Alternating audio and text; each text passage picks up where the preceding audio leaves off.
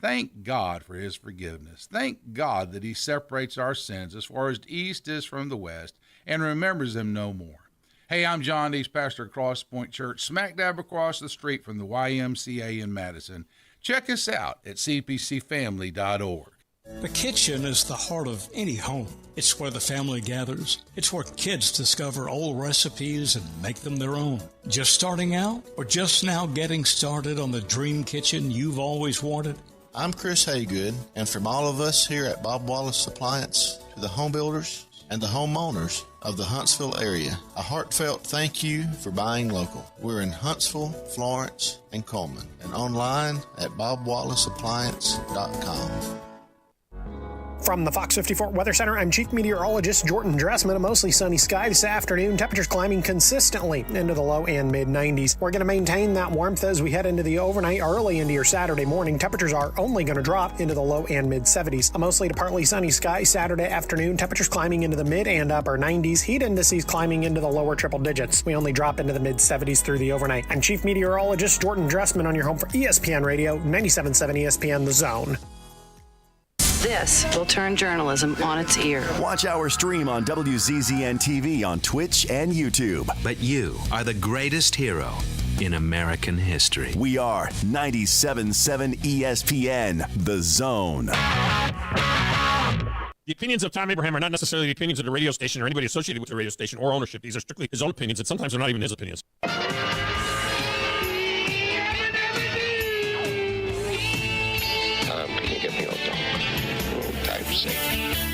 I'm funny how? I mean, funny like I'm a clown, I amuse you. You're tired.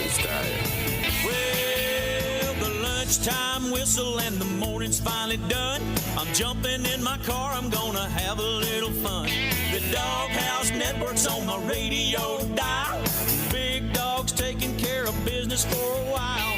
If you're listening to another station I don't understand, 'cause nobody does it like Thom Abraham. Give us a call, Steve.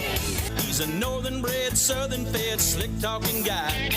Listeners in his posse are the junkyard dogs. The SEC from Tennessee to calling them hogs. From Gainesville up to Lexington to the Titan Tiger Land, nobody does it like Thom Abraham. I guess I'm on here. Am I on? Can somebody respond?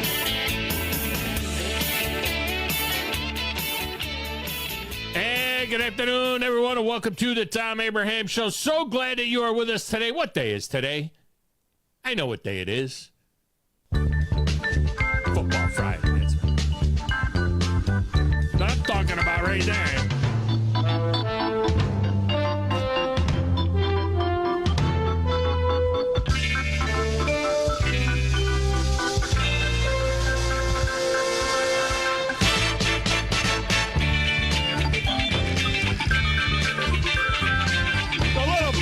Friday in the Doghouse.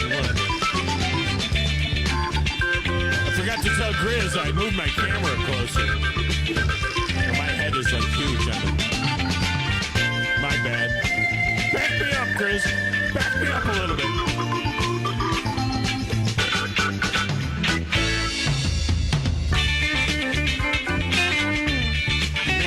Man.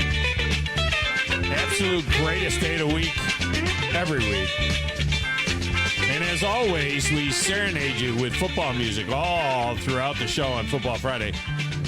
Since no matter what time of year it is, it's always Football Friday. And look, while we have some great football music for you throughout the show, I got to be honest with you. We're going to cover a lot of ground today. We are going to cover a lot of ground today as I get ready to go to the mountaintop next week for an actual vacation. This is not missing a show because we got a game and I'm still working everything out. This is like a real vacation. It's an actual vacation. We go to the cabin in Blue Ridge in the mountains. I got to be honest with you, about watching the weather, I know it's going to be like low to mid 90s here. It's not much lower there. Usually it's 10 degrees cooler up in the mountain.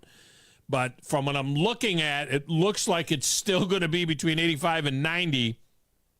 Now, the cabin has a creek that runs by it, Fighting Town Creek. I probably shouldn't tell you too much about it because then you're all going to, see if you can track down the cabin. But anyway, Fighting Town Creek runs right alongside the cabin. So in other words, the deck actually almost kind of overhangs Fighting Town Creek in North Georgia. And right in front of the cabin is a kind of a little like a slow spot, a pool. And then it kind of picks up again with rapids just on either side of it. So what I do when we go up there is I run a rope across the creek. It's maybe 15 yards, 20 yards the creek across. So I run a rope across the creek, 50 feet or so, and then I tie our little rafts off to the rope so we don't go running down the creek. Now, we will whitewater down the creek. It's not really whitewater, you know what I mean? It's just drifting. We will drift down the creek at some particular point in time, but then when you get like a half a mile down the creek, there's like another cabin, and I don't want to be floating in front of some other cabin. So, but the water in the Fighting Town Creek is really, it's Mountain Creek, so it's cold. The water's pretty cold, so that'll be refreshing. Plus, we got a hot tub there. And I'll knock that hot tub temperature down below body temp. Just spending unusual amount of time in the hot tub and in the creek. Now, we also have an outside fireplace there, which I love burning wood. I love the smell of the burning wood. I just love sitting out there and playing cards with my wife and reading and all that kind of good stuff, watching a show on the laptop with the fireplace going. But I don't know if I'm going to burn a lot of wood, that kind of temperature. But you know how it is. It's very exciting. And we don't go until Monday morning. So we're gone all week next week, but we don't leave until Monday morning. So I got the weekend here, but once the show is over, and then I got some stuff to do for our high school streaming network, after the show, and then try to get out of here as quick as possible. So we're going to tell you. So as you know by now, next weekend is Hydrofest at Gunnersville Lake. And we have one of the top drivers in the country, Corey Peabody of Seattle, Washington, coming up in a few minutes. These guys are real daredevils. They're hitting speeds approaching 200 miles an hour on the straightaways. There's no roof flaps on these boats. When they hit a wake just right and catch some air, they blow over. It's really a scary deal. Look them up, look up Corey Peabody blow over. I was either watching WZZN, see him there. Look up Corey Peabody blow over in Madison, Wisconsin. Maybe we can find a video. If I'd actually prepped Chad for it, he'd have had it ready to go. But there's he blows over in Madison and lands right on the roof. I mean, it's scary. Scary stuff, man. Corey runs the Beacon Plumbing boat in the H1 Unlimited class. He holds pretty much all of the speed records. Won last year at Gunnersville. So we're going to talk to him in a few minutes. Last night in Birmingham was truly a special night at Rickwood Field as they hosted the Giants and the Cardinals in a celebration ostensibly of the Negro Leagues, but really it turned into a celebration of life and times of the great Willie Mays. Personally, I think that the Braves should have been playing there against the Giants so we could celebrate another great Alabamian in Henry Aaron. It should have been, oh, man. Look at that. Watch this. Boom! He lands right on it. Those of you watching WZZN. If you don't watch this show on WZZN, you're missing something great. I got the best producer. I can't believe the stuff that he does. It's like a TV show over there. He does such a good job with it. Anyway, I thought that I shouldn't put the show on in the studio. We have the show on in the studio.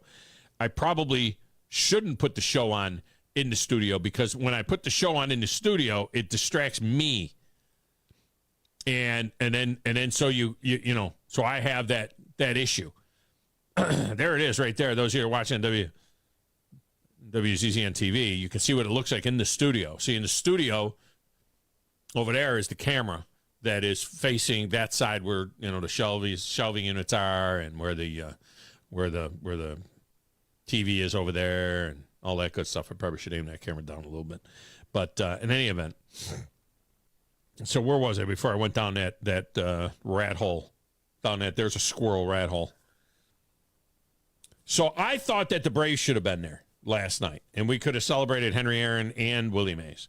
Dan Schlossberg wrote the book Home Run King, The Remarkable Record of Hank Aaron. He's coming up at the top of the 1 today. How about the kid from Enterprise and South Alabama, USA, University of South Alabama, Brendan Donovan, had the 3 hits, including a homer, 3 RBI, to lead the Cardinals to the 6-5 win. How fitting a kid from South Alabama, kid from Enterprise, Alabama, was the star of the game last night. And finally, Game 6 of the Stanley Cup finalists tonight in Edmonton. And get this, while the NBA Finals numbers on ESPN plummeted, the Stanley Cup final is up 67% now from last year. Over 7 million viewers. The Oilers are trying to do what only the 1942 Toronto Maple Leafs have done, come back from down 3-0 to win the Cup. This is Game 6. They're down 3-2. In fact, in playoff history, 211 teams have been down 3-0, and only 4 have come back to win a series.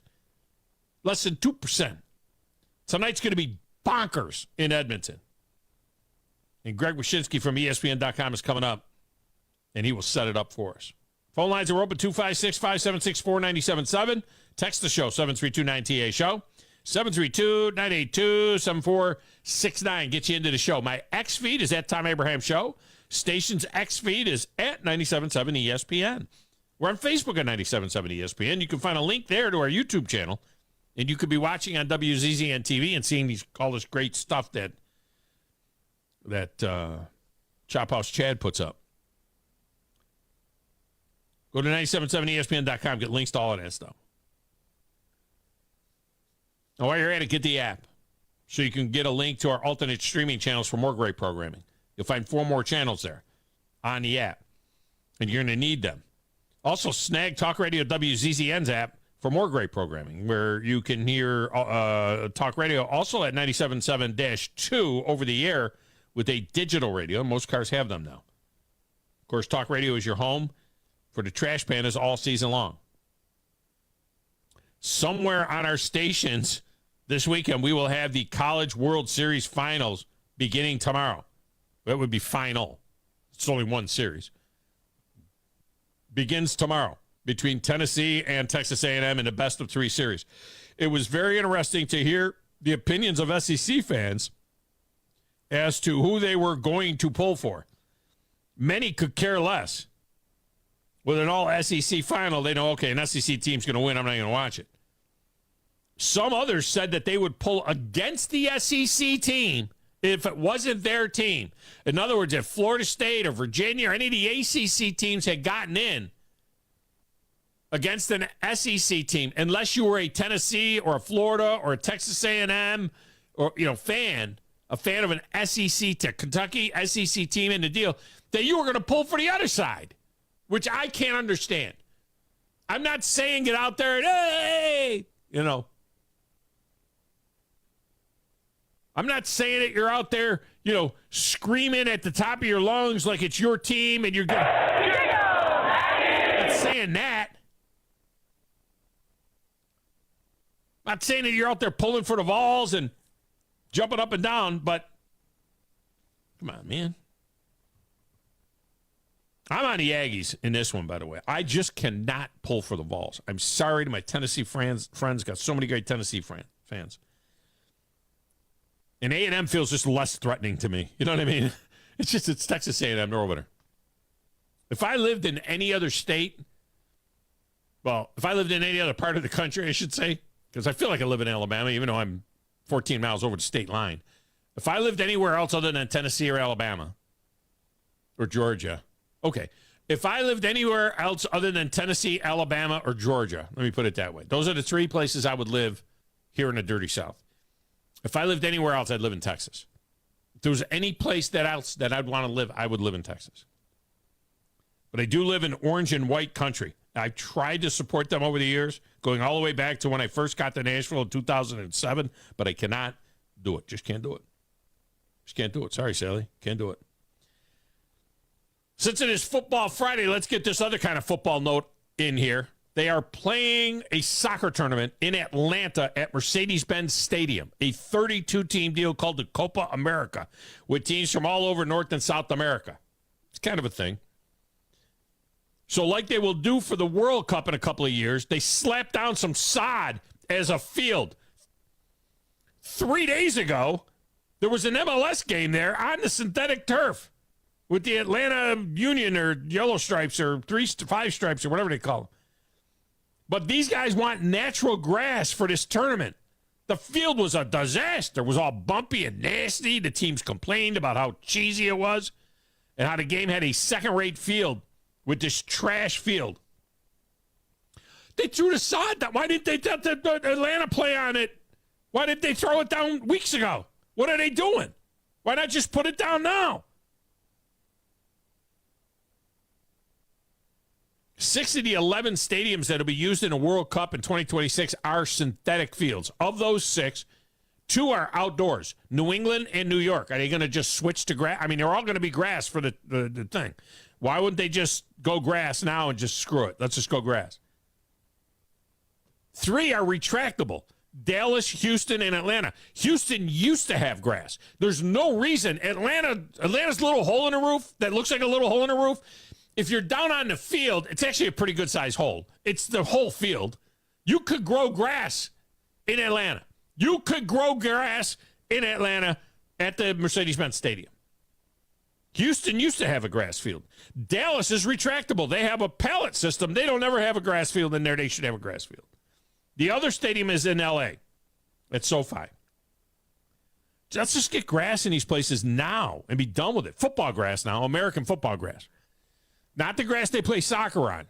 You remember when we used to go over to England, we'd tear up their fields. And so they started putting down they put down a football grass field and a soccer grass field. The football grass field has to accommodate 300-pound men, pushing and grinding and tearing up the field.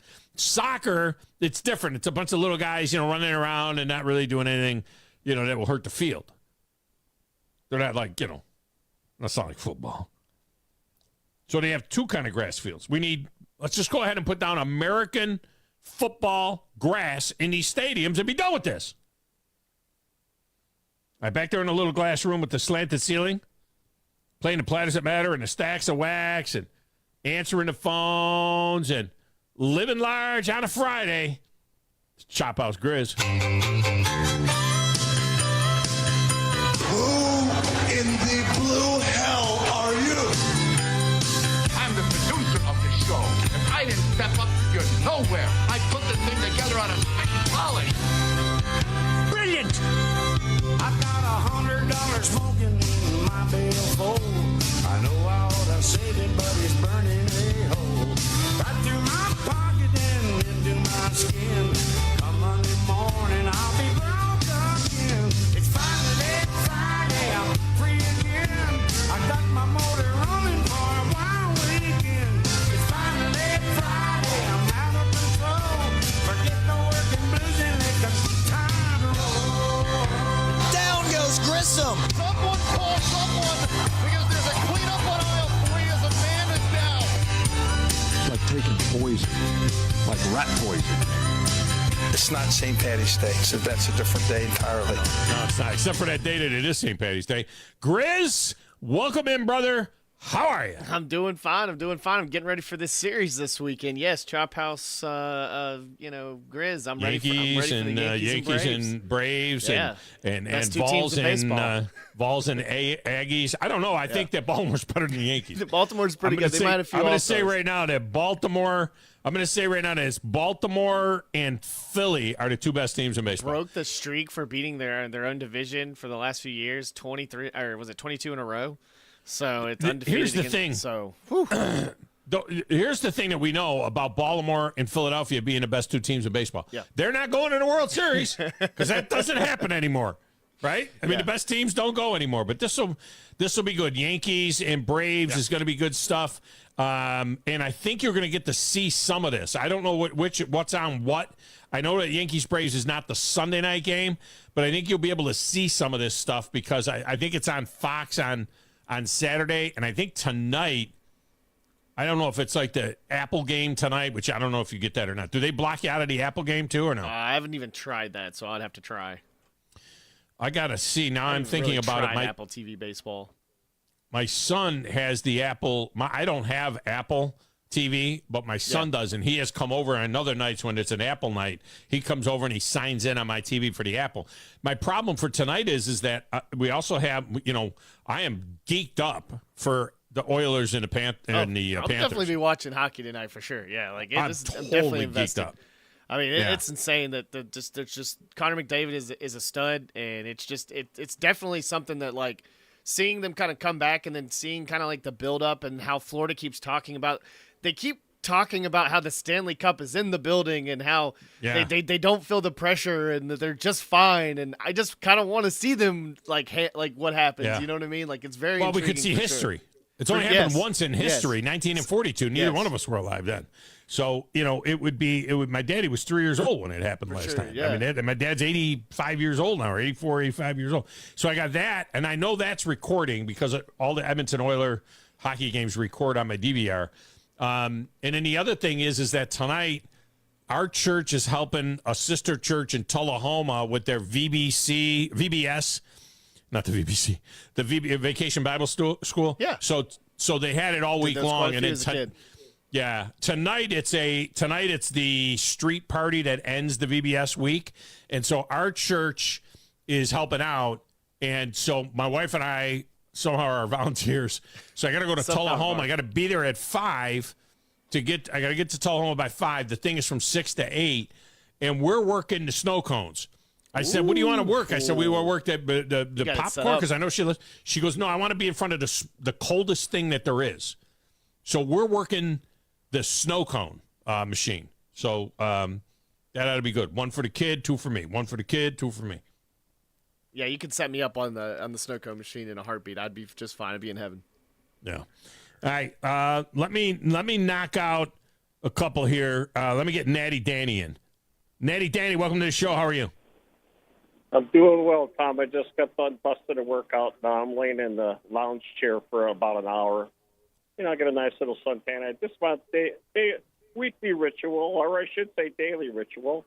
Every day's a Friday for me, Tom. I got it made. Yeah, you do. You do. Hey, so with that said, I'm going to give you a golf report. I've been to several courses around the North Alabama area, and I'm going to tell you which one held up the best from this winter damage. The Patriot course on Redstone. I heard that that's a really nice course. This is at Redstone. You're not talking about at the airport. You're talking about the Patriot course at Redstone. Now, what do you have to do to play the course at Redstone? I thought it was just for Redstone people. No, you could get a recreational pass, but you got to go with procedures. You got to go to the badging office, give them all your information, make sure you don't got no. So I can't play there is what you're saying. Yeah, is that what you're saying? So I can't play there. I don't know. I don't know. Tell me you're Tom Abraham. I know, but Hey, and you know what? Yesterday wasn't so bad. Yeah. Your natty boy shot at 83. Wow, that's good. That's really good. I'm feeling it now. So this morning I got up. I got my adult kitty floated. How do I say it? Air filled up pool. Adult kiddie pool. It's got like a bed seat in it, man. It's for adults, but my little granddaughter's coming over. I got it all set up with the umbrella and everything. Got all her favorite food. We're gonna eat pizza inside there, blow bubbles. I'm having a big day with my granddaughter today. Nice. Now, with that said, yeah, let's forget about me. Let's talk about the Michigan Wolverines. Check this out, Tom. Recruit from Cocoa Beach, Florida, 6'5". His name is Brady Hart. Tom, when he gets there, there's my next national championship. This guy's got Tom Brady's name, the GOAT, and he's got Michael Hart, the best running back of Michigan ever had. He went to several schools, Miami, Florida State, Penn State, LSU, and then the last school was Ohio State. But he went to the Michigan Wolverines, Ann Arbor before that. And when he got but is he gonna? Are they going to give him? Are they going to give him 50? Are they going to give him 50 years of eligibility? He needs 50 years of eligibility to win a national championship. No, okay. Not so fast, my friend. So what happened is that he says he didn't want Ohio State and the other schools because he didn't like the culture all right? Ann Arbor's got culture, all right? Yeah. And they don't have a credit card like Ohio State and Texas A&M. And guess what? The assistant AD for recruiting, a girl, left Ohio State to come to Michigan because of culture. Tom, I'm telling you right now, this is the deal. Ohio State's going to do the crash and burn Texas A&M, and we're going to punk them again this year, okay? And, Tom, we're going to make the playoffs, and you better watch it, brother, because we might not win it this year. But when Brady comes in, yeah, and I said the GOAT, oh, yeah, this kid, and one more thing, Tom, before I leave, take a look at him, okay, a picture of him, right? Yeah. Brady Hart, okay? He looks like Wayne Gretzky. Oh, yeah, baby. The cards all fall into place, man. A straight flush, baby. It's time. I'm going to natty again. Yeah, I don't think so. But hey, I appreciate the call. That's a good job by you. 6'4", 180-pounder. Good-looking kid. He's just a 4-star. You know, I mean, he's a 144th ranked player nationally. 144th ranked player nationally by 24/7 Sports. 92, barely a top 100 player in the composite. He's ranked as the 9th best quarterback, you know, in the class. Class of 2026, though. You know, he'll flip his commitment 3 times by the time he gets there. All right, give me Smokey Mike, because he's got to be fired up for this weekend. Go ahead, Mike. Big dog. It's a natty weekend. It's a beautiful weekend, huh?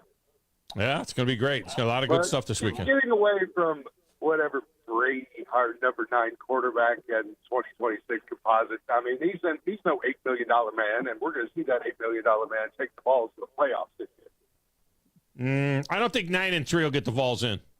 Oh, would you stop it? It's going to be 10-2, and you know a win over Bama is going to happen. So don't even. And I mean, Nah, they won't beat Bama. They won't beat Bama or Georgia. You got your 10th win. Your 10th win would be Oklahoma. If you can beat Oklahoma in Norman, then you'll get 10. But you're not beating Alabama or Georgia.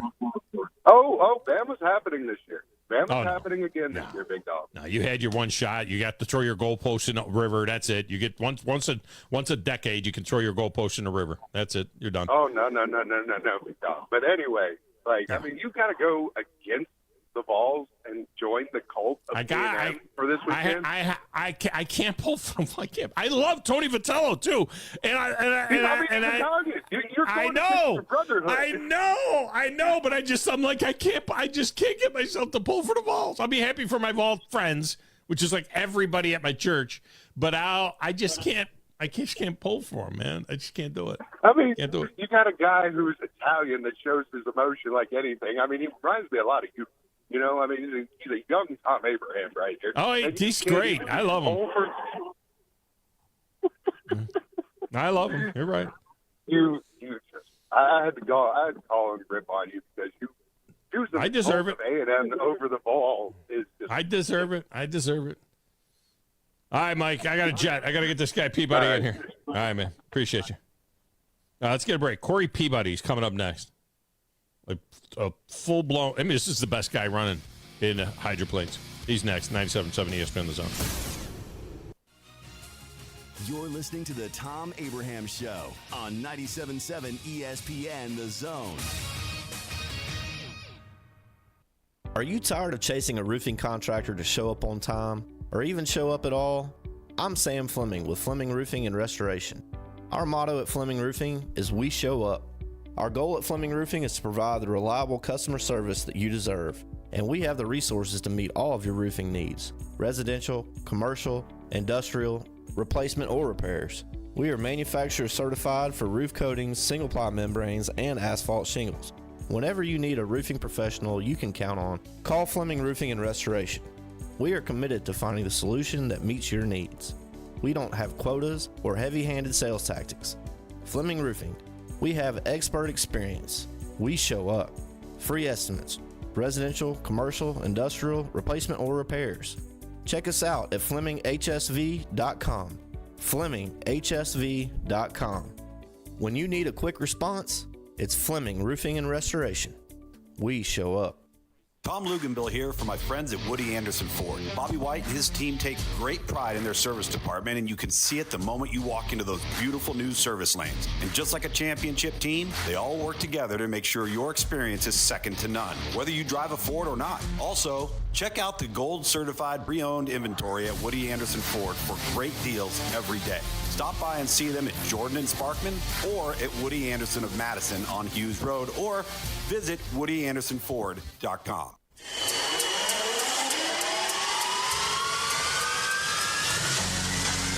Experience Alabama's super speedway on the water as Gunners of Lake Hydrofest returns June 29th and 30th. Catch 2 days of fast-paced action as drivers chase speed records on the South's fastest water. 5 classes of race boats will compete, including the H1 Unlimiteds, with speeds pushing up to 200 miles an hour. You won't want to miss this summer's most exciting event on Gunners of Lake.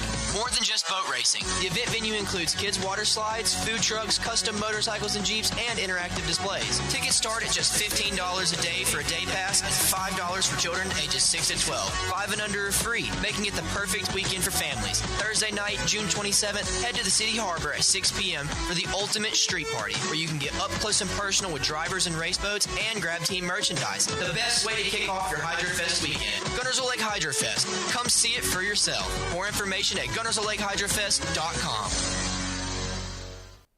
This summer, make Cheeseburger Bobby's your go-to spot for great food. Try their bucket list burger, 2 beef patties, fried egg, bacon, onion ring, 3 slices of American cheese, Bobby sauce, and topped with a pickle. Their fresh, hand-breaded chicken tenders are a fan favorite, and the chili cheese dog with fries will make you think you've died and gone to hot dog heaven. Cheeseburger Bobby's, 2785 Carl T. Jones Drive. Order online at cheeseburgerbobbies.com. Not looking or feeling your best? No energy for the things you like to do? Ready to look and feel younger? Make your appointment at Advanced Life Clinic, one of the region's foremost destinations for patients interested in looking and feeling their best. Specializing in advanced laser treatments and weight loss, male and female rejuvenation to offset the effects of aging, and more. See how Advanced Life Clinic can help you enjoy your life again. Call 256-882-6555 or log on advancedlifeclinic.com. From heirloom diamonds to contemporary jewels, Loring & Company is the place to find something truly special. Whether shopping for a diamond ring for that once-in-a-lifetime occasion or marking a milestone birthday or personal achievement with a Rolex watch, you'll find just the thing in our edit of the world's most sought-after brands, including David Yurman, Roberto Coin, Marco Bicego, and Fopay. Expect a treasure trove of the world's most unique, even breathtaking earrings, rings, necklaces, and bracelets, making choosing just one piece a challenge in itself. Loring & Company Jewelers on Airport Road. From the Fox 54 Weather Center, I'm Chief Meteorologist Jordan Dressman. A mostly sunny sky this afternoon. Temperatures climbing consistently into the low and mid-90s. We're going to maintain that warmth as we head into the overnight, early into your Saturday morning. Temperatures are only going to drop into the low and mid-70s. A mostly to partly sunny sky Saturday afternoon. Temperatures climbing into the mid and upper 90s. Heat indices climbing into the lower triple digits. We only drop into the mid-70s through the overnight. I'm Chief Meteorologist Jordan Dressman on your home for ESPN Radio, 97.7 ESPN The Zone. You know, this process is all about talking ball. Listen to Talkin' Ball with Scott Tyson and Drew DeArmond. What did they want privacy for? To just start talking ball. Every weekday morning, wake up with Scott and Drew. It's Talkin' Ball. 97.7 ESPN, The Zone.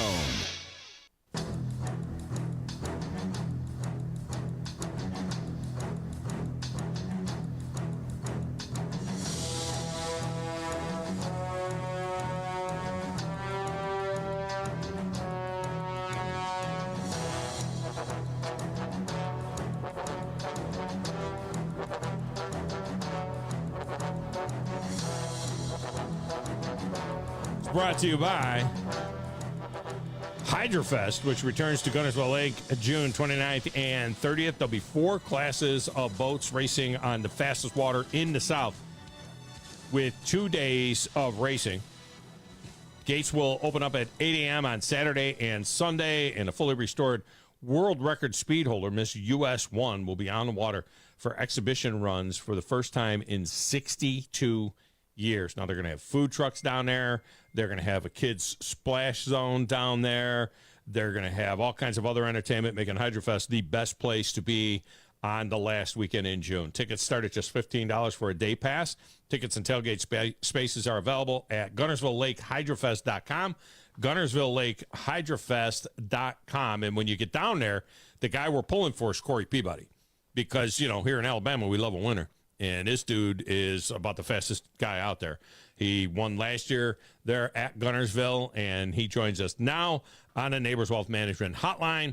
Corey, welcome to the show, man. How are you? I'm doing well. How are you guys? Fantastic. Can I just say you're out of your freaking mind? I mean, you're nuts. You strap yourself into that thing and go. What, you're hitting speeds near 200 miles an hour on the straightaways. I mean, I can't even imagine. I know you're in a cockpit and it's all enclosed and everything else, but I can't imagine what that is like. Just try and give us the sensation of that thing. Do you feel like you're going 55 on the highway or what? Well, when you first start driving the big boats, everything goes by really fast. All the buoys and all that stuff go by really fast. But then when you settle in and you get comfortable after a few times in the boat, it's everything slows down, and it's just normal. But, yeah, I mean, we're hitting speeds. We'll probably see over 200 down the straightaway this weekend or next weekend down there in Gunnersville, and hopefully we can, set some records. Yeah, I mean, God bless you. You'll be out there hammering away at this thing. Now, we showed, those of you that are watching on WZZN TV, you saw it earlier, the blowover that you had at Madison. How many times has that happened to you where you've ended up on your head? In the big boat, that was my first blowover. I've blown over the little boats, which they look just like the big boats, but they're just smaller with automotive engines. Like I have a smaller boat that's got a Chevy 350 motor in it, and and a 1 liter that's got a 3-cylinder 2-stroke engine in it, and we blow those over. And it's some tunnel boats. But that was my first time going over in the big boat, and I mean, I don't know if you saw the wreckage after, but that boat was destroyed. But, I mean, we rebuilt it. That's the same boat I won Gunnersville with last year, and it's actually faster now than it was before the accident. So it was kind of a blessing in disguise. Man, I guess what I'm trying to figure out, it looked like you were laying on your head. And, in fact, we're showing it now for those that are watching on WZZN TV.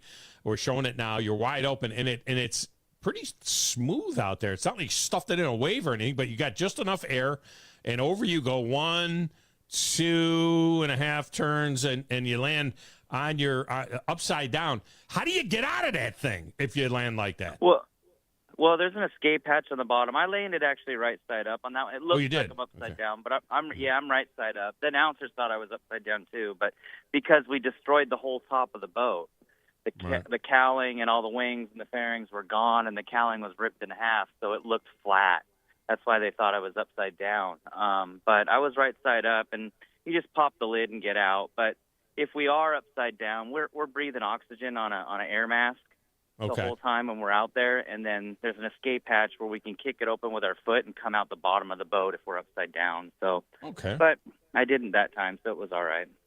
Did any injuries and something like that, or is it because I always am amazed? I'm a gearhead and I've been a NASCAR fan forever, and especially since the Earnhardt accident 23 years ago. The safety measures are so much better, and it's just amazing. You'll see a wreck, and these guys just walk out of the wreck. What about for you in that particular accident? Any injuries? Just pride. That's all. Just my pride. It was a hard fought battle with Jimmy. Jimmy's really, really fast in that home street boat, and we were trying to go for the win, and I was pushing it as hard as I could, and we each hit a roller, and he went over it, and his left ski caught it and brought him back down. My left ski didn't, and that's why I went up and over. And we're pretty safe in those things. The design of the cockpit's shaped like an egg, so it absorbs all the pressure and all that stuff. And we're in a really nice speed seat and 6-point harness, neck restraints, helmets, air masks, all that good stuff. So I mean, I came out just fine. I could have raced the next heat if I had a boat there to race, but that was the end of it for me that weekend. Corey Peabody with us here. He runs the Beacon Plumbing rig with the H1 Unlimited. So he'll be at Gunnersville next week defending his title there. Now his, I think you were 162 and 164.5 miles an hour last year, which set the course record for the fastest competition lap. and you'd be going after that again. Now, you said that you hit a roller. Why are there rollers out there? I mean, are you guys? I mean, I know you'll be in Browns Creek here, which we call Browns Creek here at Gunnersville, but and they lock it off to all other boat traffic. Where does the roller come from that you hit? So that was Madison that we hit a roller. You will still hit rollers in on the lake. So the difference between a lake course and a river course is a river course, you know, you're getting the current coming down. So every time you turn on the turn above, all the rollers from the skid fins and all that action of us driving on the river heads down to turn one. So always turn one's really rough because everything's going downriver. So it's, you know, it's just like wakes from a ski boat or a wakeboard boat or something. We put those off too. They're different, and they bounce off the shore and they come back to us. Now, Lake Gunnersville is a really nice course because there's so much water there where all the rollers and stuff, they just go away from the course. Yeah. So it's really smooth. That's why I think that's why the water's really fast, is because it takes away all the water that we're turning up just goes down the lake, you know, and it's a huge lake. So if you get to other race courses that are on lakes, they set up all these log booms around our course for the boats to tie up to. Well, our rollers there bounce off that log boom and they head right back to us. So we are constantly driving through all that stuff, and it makes it really crazy. And, you know, on the river course, it's bouncing off the shore, coming back, going through the turn, coming down. So it's just a big hot mess when you get into a corner or sometimes near the end of the straightaway and you hit a roller and you just hold on. I mean, we fly the boat with our feet. We have 2 pedals. There's 3 pedals in the boat, the gas pedal and then our canard pedals. So we fly the boat with our left foot with 2 different pedals, canard up and canard down. So you can fly the boat, put it in lift mode. So you'll go through the corner, full lift mode, trying to keep the boat out of the water and keep it in lift mode as far as you can down the straightaway till the boat starts getting out of shape. And then you bring that front wing up, and it starts to flatten the boat out, rolls it over. And then if you get in trouble, you can bring that canard up, and it'll bring the front end down. But at some point, it's the boat's gone too far, and you saw the blowover, and I couldn't catch it. But yeah, it's what happens in racing. Yeah, that's interesting. You know, I run my bass boat, my Phoenix bass boat at Gunnersville about 70. You know, and that's about all I got. Yeah. You know, and it gets squirrely so we trim up. So you know, in a way, it's kind of what you're talking about there. We'll trim up and get up on top of the waves and run with just the back pad, you know, in the water and I like to say the bottom of the prop. But you know, we'll run with a prop, but you'll trim out, and then when you go, if you're going to turn, you'll trim down a little bit to bring the nose down and and dig in a little bit to help you turn. So I guess there's a little bit of that. But these things, I mean, this is like a jet engine, right? Talk to me about the jet engine and how they're propelled, because this isn't a prop deal, right? No, it's a prop deal. So what they are? Oh, there is a prop. Okay. L7 motors. They're Chinook. They're older Chinook helicopter engines. That's what they really are. And so we have a T55, and then we have a shaft that comes out of the T55. It goes into a gearbox, and we reduce it down about 50%. And then we have a shaft that comes out the bottom of the gearbox through the bottom of the boat now to a strut with a propeller on it. And that's how we propel the boat, with that propeller. Now, then we have a rudder on the back, and we have a big, huge skid fin on the back of the left sponson. So when we're going down the straightaway and we set for the turn, we turn the wheel, the rudder will turn us, and then the skid fin will grab, and it'll pull us around that corner, and then we straighten it out, and off we go down the straightaway. So there's a lot going on inside the cockpit with, you know, everything that comes along with running these turbine engines, but I mean, it's fun. It's a lot of fun. I'll take your word for it. Corey Peabody with us here, the Beacon Plumbing hydroplane. So is it one lap, you know, when it's a competition lap? I mean, how many laps are you running? And are you running is it just you and another boat? Or is it how many boats are running when you run these laps? Okay, so the competition lap that I have that you guys are talking about, I think in the last 2 years I've set 5 different course records on a couple of different courses. But the one you're talking about is from Gunnersville, and that there's probably 4 or 5 boats out there at the same time, and it was the fastest lap average in the history of the sport for that course. Right. So we're just putting our foot down and going for it. I mean, I want to the next competition record that I want to get is the qualifying one, and that's when you're out there all by yourself. So it's at 171 mile an hour average right now. So we're going to go down there and try and up that. That's always the goal, but, it takes a lot to get there. But we're definitely going to try. Now, the Gold Cup deal, I'm seeing fastest race average 42.5 miles. That obviously is a longer race, I guess. Is Gold Cup something different than what you're running, or is that still, the H1 boats? So that's still the H1. The Gold Cup is the oldest active motorsports trophy in the world. Oldest active motorsports in cars, anything you can think motorsports. Boat racing has the oldest motorsports trophy in the world. We've won it the last 2 years in a row. I won it last year, and then my teammate won it this year. Or I guess I won it 2 years ago in Guntersville. And what it was, it's 142 mile per hour average. It was what it is. Right about there, yeah. Yeah, and that's another average speed, fastest average speed of that heat in a final, I believe, is what it was, and that's what it is, just more averages. So a lot of the speeds that you'll see with us are average over either the lap or over the actual heat. It just depends on which one they got. I think I got a couple of heat ones and a couple of lap ones, but definitely want to get the qualifying one. All right, so what do they do? When is it too choppy or too windy? I mean, they check the wind and make sure that the wind is down to a certain level before you guys run? Because the last thing you need to do is be hitting a gust, going upwind.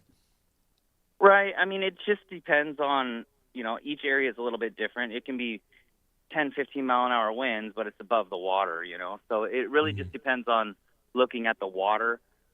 We can run in pretty, I don't want to say,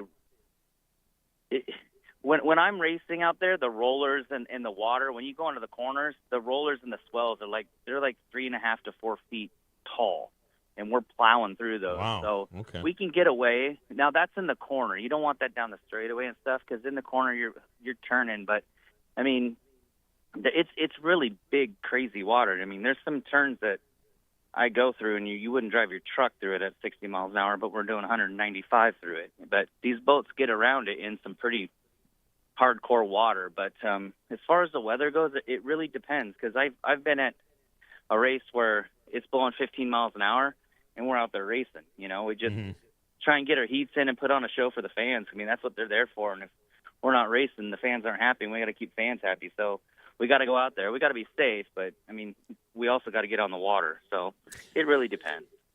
HydroFest, it's coming up next weekend at Guntersville. Corey Peabody will be out there trying to break records that he's already owns, and trying to win again like he did last year out there, June 29th and 30th. If you get a chance to see him, if you get a pit pass, whatnot, make sure you shake his hand, say you heard him on the Thom Abraham Show. Corey, I appreciate you. Stay safe, my friend, and good travels over here, and we'll be out there checking you out on next weekend. All right, thanks. We're packing trucks. I'm leaving tomorrow morning, so we'll be there Tuesday. All right, man. Appreciate you. All right, thanks, guys. Thanks for the time. It makes it sound like it's nothing. Yeah, 190, 92. I wanted to ask him if there's any place you could put a trolling motor on the front of that boat, but I felt not. That maybe it wouldn't, could you troll?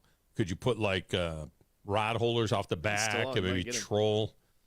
I don't know what kind of fish, go 190 miles an hour. You catch a shark or something like that. You probably get pulled over. They probably ask you, what are you doing fishing on something like that? So Corey is like the GOAT, of this hydroplane stuff. 49er Jeff called in and said that Wolverine Dan, he refuses to call him Natty Danny. So Wolverine Dad needs to stop talking about Tom Brady like he's the GOAT. Montana is the GOAT. Quit talking about LeBron, because Kobe and Jordan are the GOAT. All right, let me just say three things about that. One, 7-3 in the Super Bowls is better than 4-0 in the Super Bowls. And I'm a Joe Montana guy. I got to meet him. We're about the same age. I got to meet him on a visit to Notre Dame. He has always been my guy. And I've always said he's the best. He's not the best. This guy won 7 Super Bowls. Brady's the GOAT. All right, Brady's the GOAT. 2, LeBron and Kobe are closer in class than Jordan and Kobe. I don't know. I'm not putting Kobe and Jordan in the same breath. I'm not going Kobe and Jordan. Like LeBron and Kobe are in that cut just below Jordan. It's like I think Jordan is different than Kobe. Tier A, Tier B, 1A, 1B. I think that Jordan. I think it's more like 1 and then 2A and 2B. Yeah, I don't think there's anybody. You know what I mean? I don't think there's anybody. I got you. Yeah. I think Jordan's in a class by himself. Right. And I've always said this about basketball guys. You got to separate the centers, the big men. Yeah. Because it's hard to compare Jordan to Russell or Kareem Abdul-Jabbar or Wilt Chamberlain. You know, Chamberlain, one season, Chamberlain averaged 50 points a game. Jordan never averaged 50 points a game. One season, Chamberlain averaged 50 points a game. They had to change the rules. They had to widen the lane because of Wilt Chamberlain. So those guys are a little bit different. I think the centers and then everybody else. So that's what I got to say about that. Love Montana. Love Montana. Love Montana. I put him 2 on my list. But Brady's the GOAT. Come on. Once he went to another team and won a Super, he did what Montana went to the Chiefs and then took them to the AFC Championship game. Brady goes to another team. The year he goes to the other team, the team he was on collapses, and he goes and wins a Super Bowl. Yeah. I mean, what the heck? What's that? I mean, it's just like, I don't need no sting. I got your Bill Belichick right here. I'll go win with Bruce Arians. Are you kidding me? All right, we're going to break. We'll come back, wrap up hour number 1, set you up for hour number 2. It's Thom Abraham Show, 97.7 ESPN The Zone.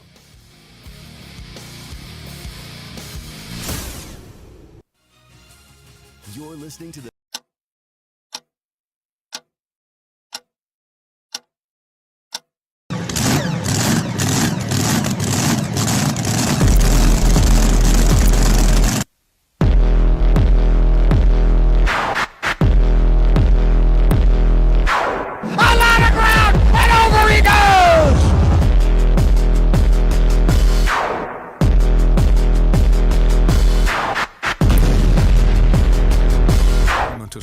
from Taco Bell. At participating U.S. Taco Bell locations for limited time only, while supplies last. Contact store for participation, which varies.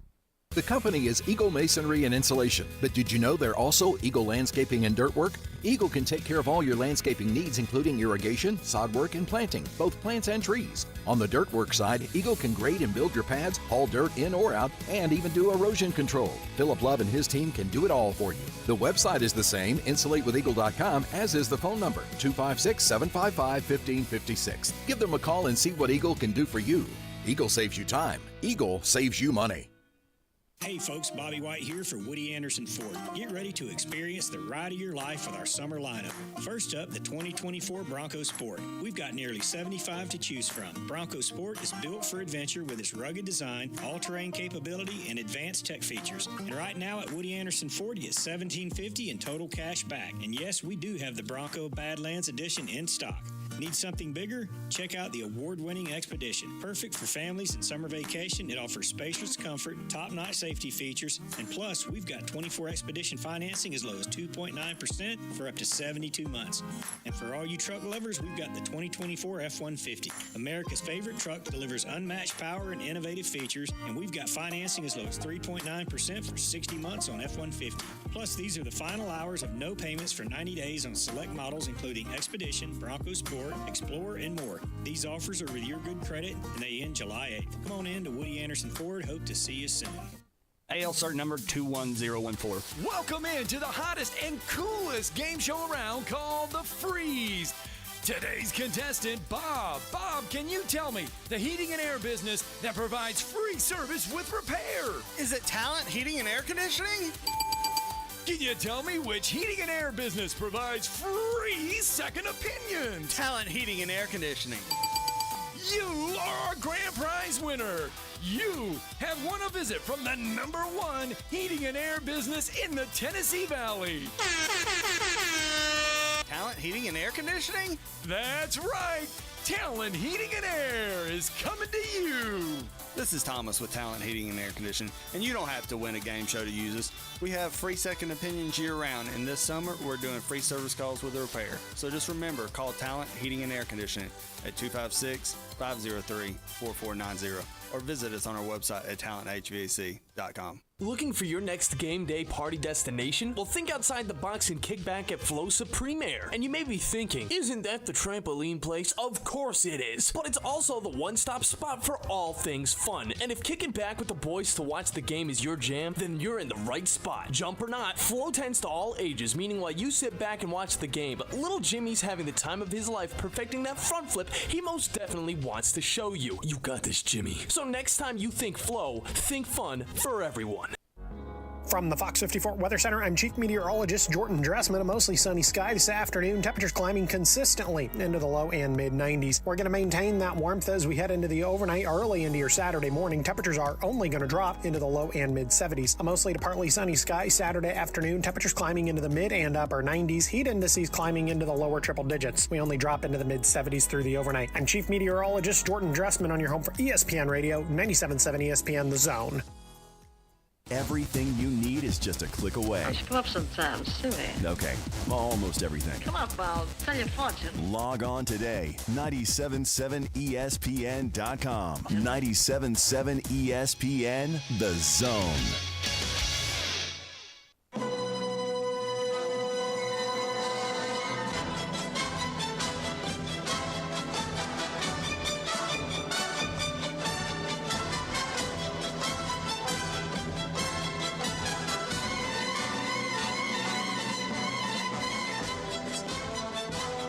Is this the autumn wind is already? Or no?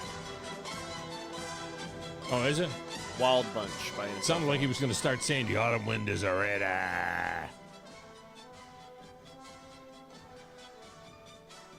Welcome back, Tom Abraham Show. This segment of the show is brought to you by the Orthopedic Center, where thousands of area residents have received world-class care from the Valley's most trusted and experienced group of orthopedic surgeons and medical specialists. TOC services the Huntsville, Havoc, Alabama A&M, and most of the high schools in the region, with 13 locations throughout the Tennessee Valley.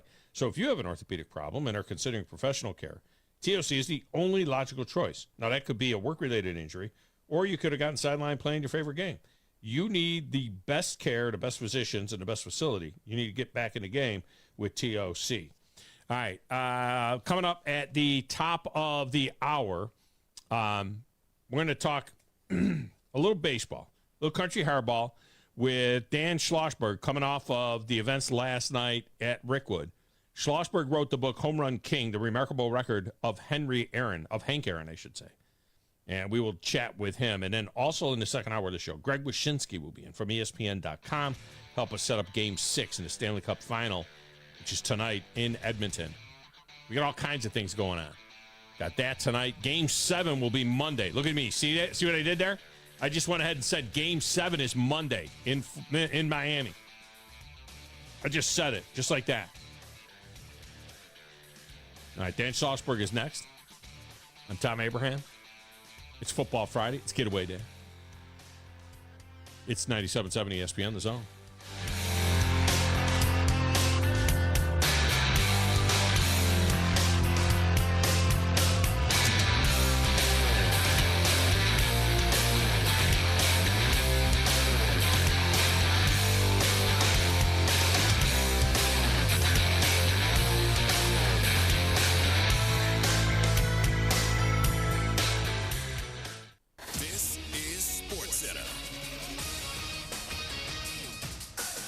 Christine Lisi. The best hockey player on the planet, Oilers captain Connor McDavid, will once again look to lead his team to a victory in a must-win Game 6 of the Stanley Cup Final tonight, 8 Eastern on ABC. McDavid's been Superman for Edmonton, 8 points total in back-to-back wins. He's now 5 back of tying Wayne Gretzky's single-season points record of 47, set 39 years ago. Goaltender Stuart Skinner's been key for Edmonton as well, stopping 61 of 65 shots he faced in Games 4 and 5. The Panthers seeking their first-ever Stanley Cup.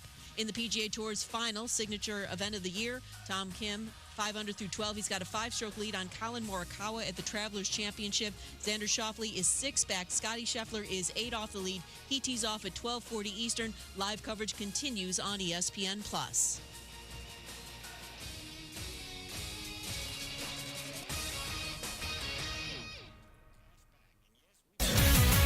WCZN, Union Grove, Huntsville, Alabama.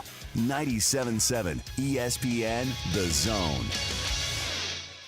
Hey folks, Bobby White here for Woody Anderson Ford. Get ready to experience the ride of your life with our summer lineup. First up, the 2024 Bronco Sport. We've got nearly 75 to choose from. Bronco Sport is built for adventure with its rugged design, all-terrain capability, and advanced tech features. And right now at Woody Anderson Ford, you get $1,750 in total cash back. And yes, we do have the Bronco Badlands Edition in stock.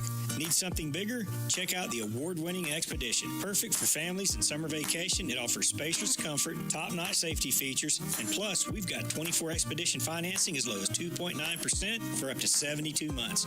And for all you truck lovers, we've got the 2024 F-150. America's favorite truck, delivers unmatched power and innovative features, and we've got financing as low as 3.9% for 60 months on F-150. Plus, these are the final hours of no payments for 90 days on select models, including Expedition, Bronco Sport, Explorer, and more. These offers are with your good credit, and they end July 8th. Come on in to Woody Anderson Ford. Hope to see you soon.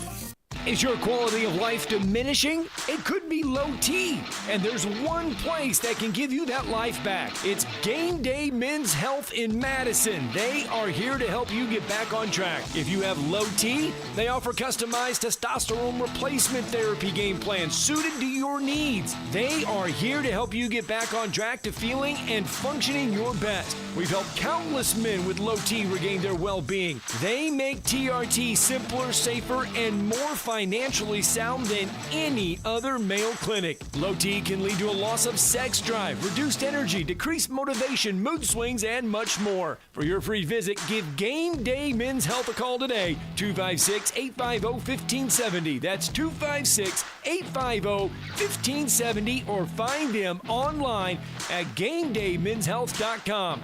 Game Day Men's Health, 9238 Madison Boulevard.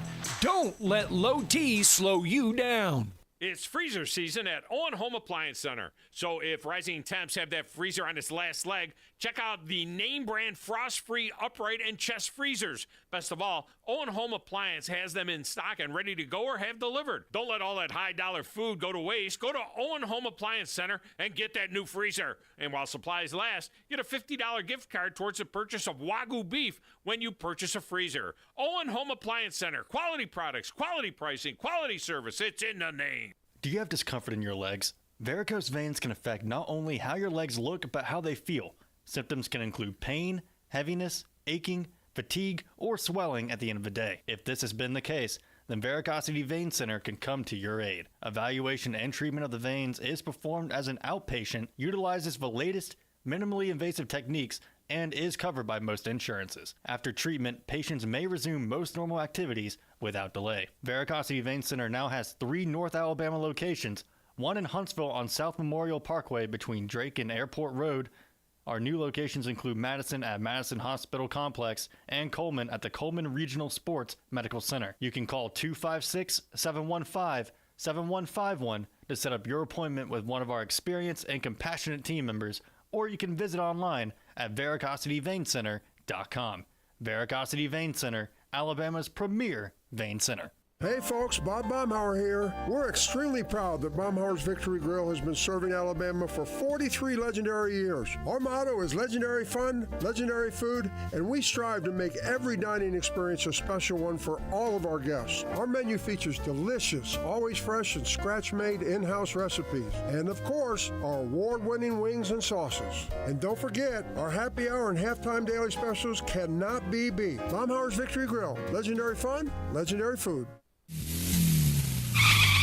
The Drive with Wes Neighbors and Steve Moulton. Listen weekday afternoons starting at 5 on 97.7 ESPN, The Zone. It's perfect! The opinions of Thom Abraham are not necessarily the opinions of the radio station or anybody associated with the radio station or ownership. These are strictly his own opinions, and sometimes they're not even his opinions. You need to be more like a dog. Like what you guys are doing. You've got your fingertip on the pulse of your listeners. You guys know what they're talking about. Be a dog. God bless the show. You are the Messiah. We need more dogs. This is the best show on radio. The big dog, Thom Abraham, is here with you. Hey, I see you. Hey, I see you, dog. So settle in and get your bark on. That's my dog. Now live, here he is, the big dog, Thom Abraham. How you doing? How you doing? How you doing? How you doing? How you doing? How you doing? How you doing? Look, I don't speak Spanish. I don't know how to say this, so I'm going to choose my words very carefully. I think you're a psycho. Do you know who I am? I mean, that guy sounds like Elle McPherson farting into Miles Davis' trumpet. I guess I'm on here. Am I on? Can somebody respond? Get off my lawn. I have to drag my Yankee ass out of here. And welcome back. Hour number 2 of the Thom Abraham Show. This segment brought to you by North Alabama Mortgage. Whether you're listening in Alabama or Tennessee or Florida, this is the time to get with North Alabama Mortgage and make sure that you use your equity in your home to eliminate consumer debt forever. And then you can always refi later when the rates come down and you get a shorter term when the rates drop as well. You can learn more at NorthAlabamaMortgage.com. Brian Hammaker and his crew standing by to take care of you. They are great friends of the show. They support everything that we do here in the Tennessee Valley, and we really appreciate them at North Alabama Mortgage. All right, Dan Schlossberg wrote a book on Hank Aaron, The Remarkable Record of Hank Aaron. Home Run King is the name of the book. But, man, you know, Aaron has these great records, but Schlossberg has written like 40 books on baseball. I mean, that's got to be some kind of a record, too. I mean, that's crazy. He joins us now on the Neighbors Wealth Management Hotline. Dan, welcome to the show. How are you? I'm doing great, Tom. Nice to be talking to you. Well, I appreciate you joining us here, man. 40 baseball books? That's a lot. I'm very close personal friends with Kurt Smith. We used to do shows on the shores or on the front steps of the Baseball Hall of Fame back in the day when I first started my radio career and so on. And Kurt's written a few books, but not 40. I mean, goodness gracious. I think I've got all of Kurt's books. He writes about baseball broadcasting. He's a really good writer. Yeah, no, it's a tough style to read sometimes, but yeah, his books on broadcasting were outstanding, no doubt about it. All right, so I'm on record as saying I wish last night was the Giants and the Braves, because then we could have not only honored Willie Mays, who of course just passed away, but we could also have honored Hank Aaron, who died not too long ago, and two great Alabamians. That would have made a lot of sense for me. I'm not sure what the hook was for the Cardinals to be there, but what were your thoughts as you took that in last night? That's a really good observation. Giants and Braves would have been great, and Aaron and Mays were friendly rivals. In fact, they almost wound up as teammates. $50 separated that. That's amazing. That part of the story is amazing. I never knew that Hank Aaron was that close to becoming a Giant, a New York Giant at the time, and him and Mays would have been teammates. Maybe both of them would have won more than one World Series if they had ended up together. That would have been incredible. And they would not have needed a left fielder. They would not. They would be able to cover it all out there on by themselves. One of the things that's fascinating, obviously, race becomes an issue with Hank Aaron, especially in when he's going for the record and so on. I was 12 or 13 years old at the time, and I remember following it and that story. And of course, last night they were honoring the history of Negro League baseball and so on. And the sad part was there was actually more black umpires at that game on the field than there were black players for the two teams combined. They had a combined total of 3 African-American players, 2 of which played in the game. And it's amazing of where we have come from when Hank Aaron and Willie Mays were playing in the 60s and then into the 70s when, 15% of players were African-American to now where it's like 6%. It's kind of almost shocking. Well, what's happened is a lot of players from Latin America have come to the major leagues, and some of them are black too, but they're not considered to be part of the black players who are playing. So because of that, the percentage of African Americans has dropped.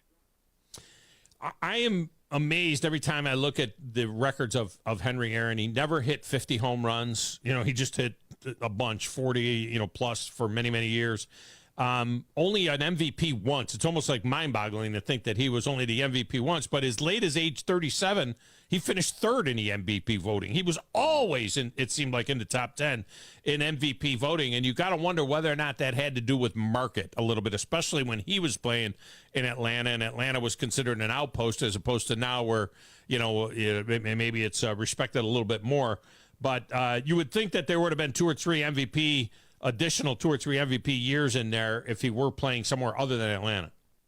But when you think about this, he never even was runner-up ever in his career. He won that one MVP, never finished higher than third any other year. And you're right, there about 3 or 4 years he should have won the MVP. I can think of 59 a big year, 71 was a big year, 63 was a big year. You can make a strong case for him in all 3 of those seasons.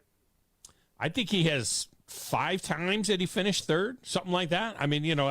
So he was always considered right there, and of course he was an all-star every year. It was incredible. And I don't know that the nearly 2,300 RBI, a lot of records have been shattered. A lot of things happened, obviously, during the PED era.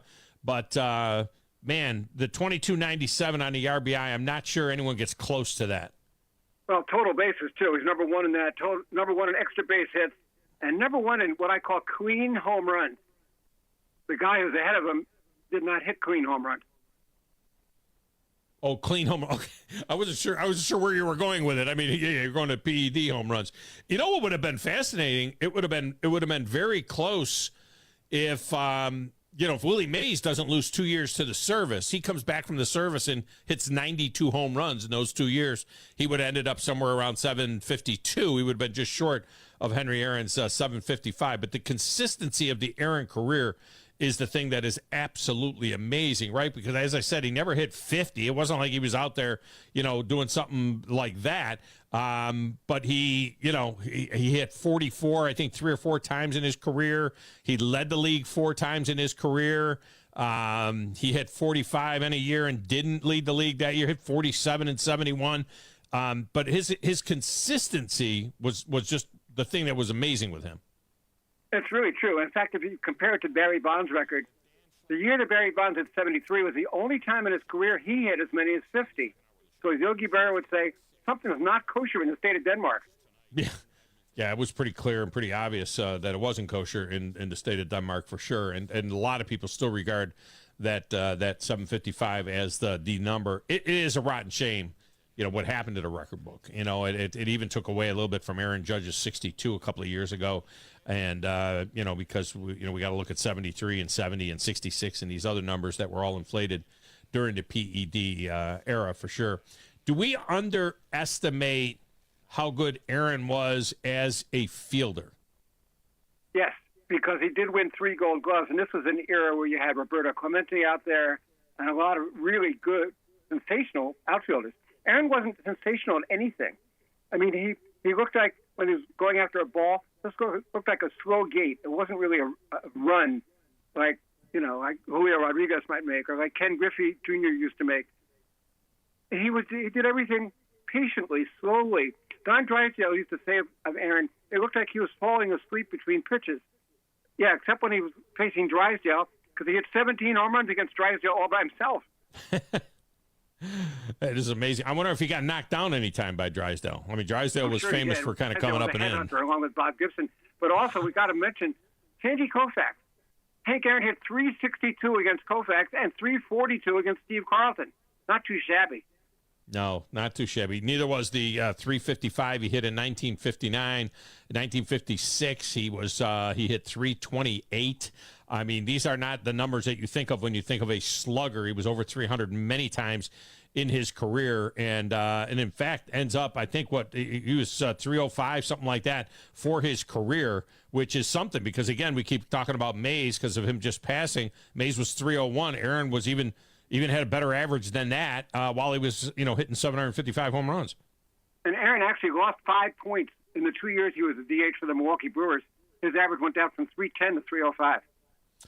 I wonder if the DH had been around earlier, if he was in the DH era, I wonder how that might have affected his numbers. You know what I mean? If he had that, where maybe more in the prime of his career or late in the prime of his career, he had the opportunity to DH some, whether or not he would have had more home runs. The other aspect, though, is that really he changes his style a little bit, right? When he gets to Atlanta, to the launching pad, as they used to call it back in the day, and that was drastically different than what they had in Milwaukee. Talk about that. He definitely became a pull hitter. When he got to Atlanta, he saw that altitude was the highest in the major leagues at that time because Arizona and Denver were not in the league yet. Atlanta had the highest altitude, and the ball travels better because of that. And he just realized what he could do, and he said, I'm changing my style. I'm going to become a pull hitter. And he did. And he hit 40, 44 every year, and he never had a major injury other than breaking his leg as a rookie in 54. People that are my age, and I become aware of baseball sometime in the late 60s, 6, 7, 8 years old in that window. Think of Henry Aaron always as an Atlanta Brave. I mean, just always as an Atlanta Brave. But they don't get to Atlanta. He's 32 by the time he gets to Atlanta, right? I mean, so, really, as a Milwaukee Brave is where he did so much damage. As an Atlanta Brave, I think he actually played less years in Atlanta than he did in Milwaukee. That's true. He played 12 years for the Milwaukee Braves and 9 for the Atlanta Braves. That's quite a significant difference. And Milwaukee County Stadium was not a ballpark conducive to home run hitters. It was damp, it was wet, it was windy. That's not a great park for home run hitters. Atlanta Stadium was totally different. Yeah, that's a good point. What percentage did he get for the Hall of Fame? Because we had that era at his time where guys, these certain Hall of Fame voters, baseball writers, just wouldn't vote a guy on principle in the first ballot, which was absolutely asinine. And you look at some of the great players that didn't get, they got totally left off the ballot. Do you recall when he went into the Hall of Fame, how many guys just didn't put Hank Aaron on their first ballot? Yeah, 9 voters, and each ballot has 10 spots on it. So even if they put him number 10, they could have done that, but they didn't. So 9 voters totally left him off the ballot. If anybody deserved to be the first unanimous Hall of Fame electee, he was the guy. Yeah, he was definitely the guy. Dan Schlossberg with us here. The book is Home Run King, The Remarkable Record of Hank Aaron. This is not just about numbers, though, right? I mean, you're chronicling the life of Hank Aaron and everything he went through, in the segregated South and what went on during the chase for 7-15 or 7-14, and then also his post-baseball career, right? Oh, very much so. To play on words to say the remarkable record of Hank Aaron, because his record not only as an athlete, but as an advocate for civil rights, a guy who picked up Jackie Robinson's torch and really ran with it. When he got to Atlanta, he met people like Andrew Young and Ralph David Abernathy, Martin Luther King Sr. and Jr., and really became active in the civil rights movement. How great is the call of Vince Scully on 7-15? I mean, when Scully says that, I mean, something you would never hear necessarily anymore, but when Scully says that, a black man in the Deep South, surpassing the record of a white man and being, loved the way he was. I mean, that's one of the most amazing calls, I think, in all of baseball. And Scully has a few of them, obviously, but what a call that was.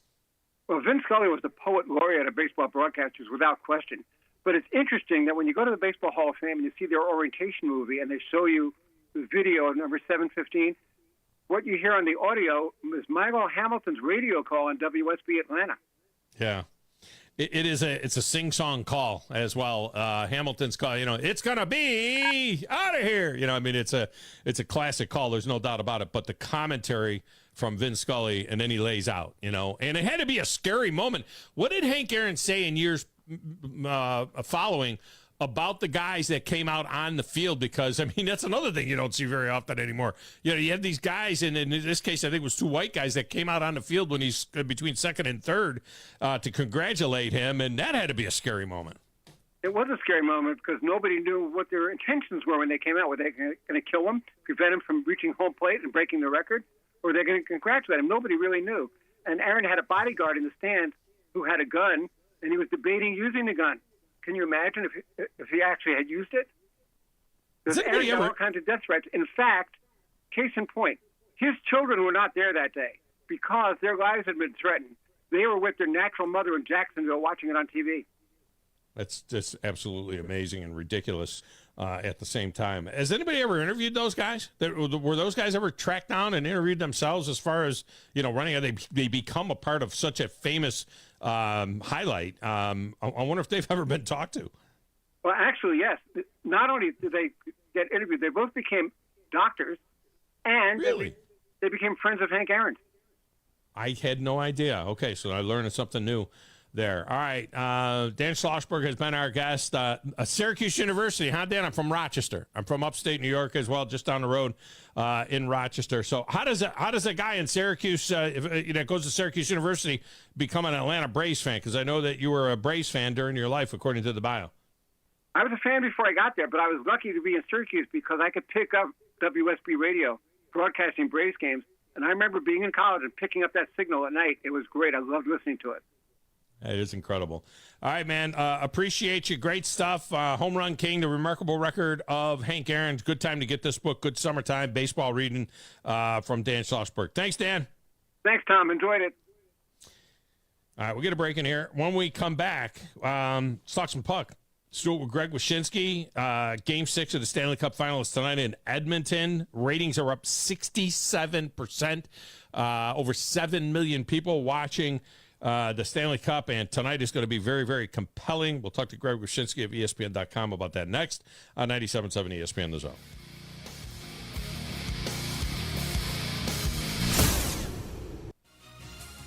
You're listening to the Thom Abraham Show on 97.7 ESPN The Zone. Specializing in simple and affordable rentals, McCurry Van and Car Rental can make sure you have just the right vehicle for your next family vacation, weekend getaway, or if you just need transportation while your vehicle is being repaired. McCurry carries Ford Transit vans and Mercedes Sprinter vans, trucks and work vans, and more. And they offer discounted rental rates for long-term rentals. Now with 4 locations: Athens, Muscle Shoals, Coleman, and Huntsville. Log on McCurryRentals.com to make your reservation now. That's McCurryRentals.com.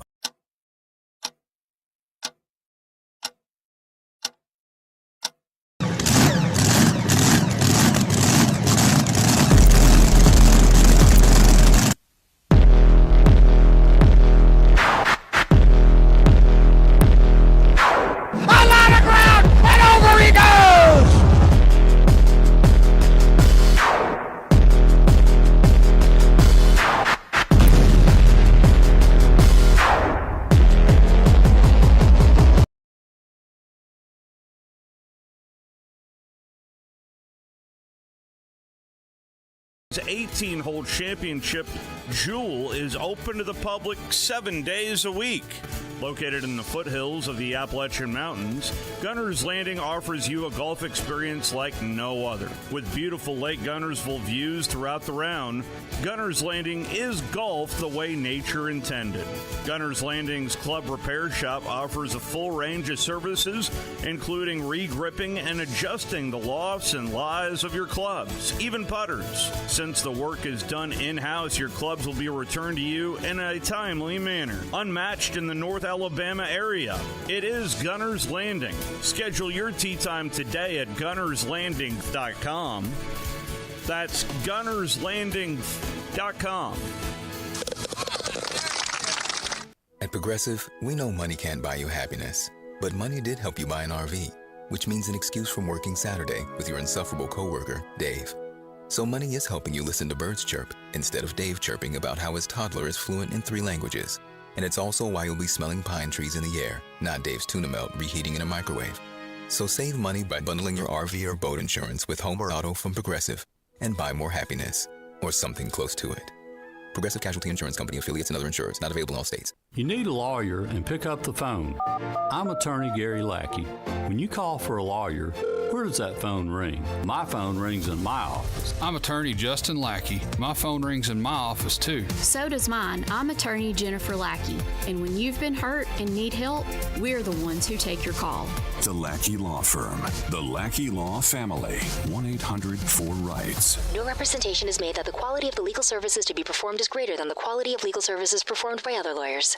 Have you discovered Good Company Cafe? The place for breakfast, brunch, lunch, and so much more. Enjoy brunch all day and pair with one of our many seasonal refreshing drinks, including alcoholic and non-alcoholic options. Choose inside or outside on our gorgeous, spacious, dog-friendly patio. And have some fun with friends playing yard games in the courtyard. See catering, to-go options, and lots more at goodcompany-cafe.com. Good Company Cafe, 7500 South Memorial Parkway.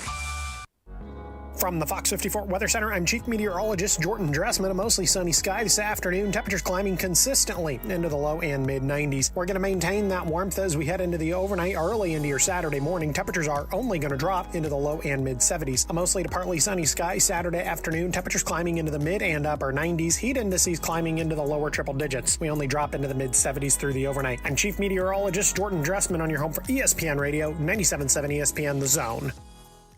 College football. The ball is caught. It is a touchdown. Major League Baseball. That ball is gone. A home run. This is your place for complete sports coverage all year long. 97.7 ESPN The Zone.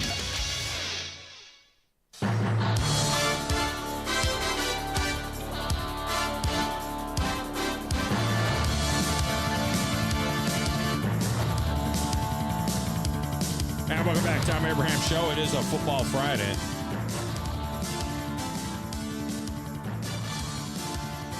But we're covering a lot of other ground today. This segment of the show is brought to you by Owen Home Appliance Center. You know, it's freezer season out there at Owen Home Appliance Center, which is good because it's like in the 90s now every day. And I looked at the extended forecast. It's going to be in the low 90s and sunny like every day for till October. I think that's what it's going to be. But, don't let those rising temps put your freezer on its last leg. Check out their name brand frost-free upright and chest freezers. And best of all, Owen Home Appliance has them in stock and ready to go or have them delivered. Just like Royce yesterday when Royce called the show and said, I called Owen Home Appliance. We needed 2 fridges over here. And they sent them out, and that was it. That's what they do. And while supplies last, get a $50 gift card towards the purchase of Wagyu beef when you purchase a freezer from Owen Home Appliance Center. Quality products, quality pricing, quality service. It's all right there in the name of Owen Home Appliance. All right, joining us now from Edmonton, where Game 6, man. Hey, we got Game 6 out of this Stanley Cup final. And it's going to happen tonight in Edmonton. And out there is Greg Wyshynski for ESPN.com to cover it all. And he joins us now on the Neighbors Wealth Management Hotline. Greg, welcome back, man. How are you? Yeah, we have a heat wave here, too. It's 66 degrees. So really, lovely. really balmy here. It's been the juxtaposition between going from Fort Lauderdale to Edmonton has been as rough as the distance between those two cities. You're probably going to get sick, going back and forth. It doesn't even get to 66 degrees at night, in the middle of the night at Fort Lauderdale right now. I mean, it's never going to touch 66 degrees. But I'll tell you what, it may be cooler outside, but that hockey team's pretty hot. That Edmonton Oilers team, man. I was going to try and add up the goal. Did they score like 12-1 at one particular point in time? Didn't they score like 13 out of 14 goals or something along those lines coming off the 8-1 and then, and then getting after them down there? I think they were up 3-0, something like that in Miami. Yeah, we're up 4-1 in Florida, and they scored 2 goals to end Game 4, and then they had the 8-1 win or the 2 goals to end Game 3 rather than the 8-1 win in Game 4.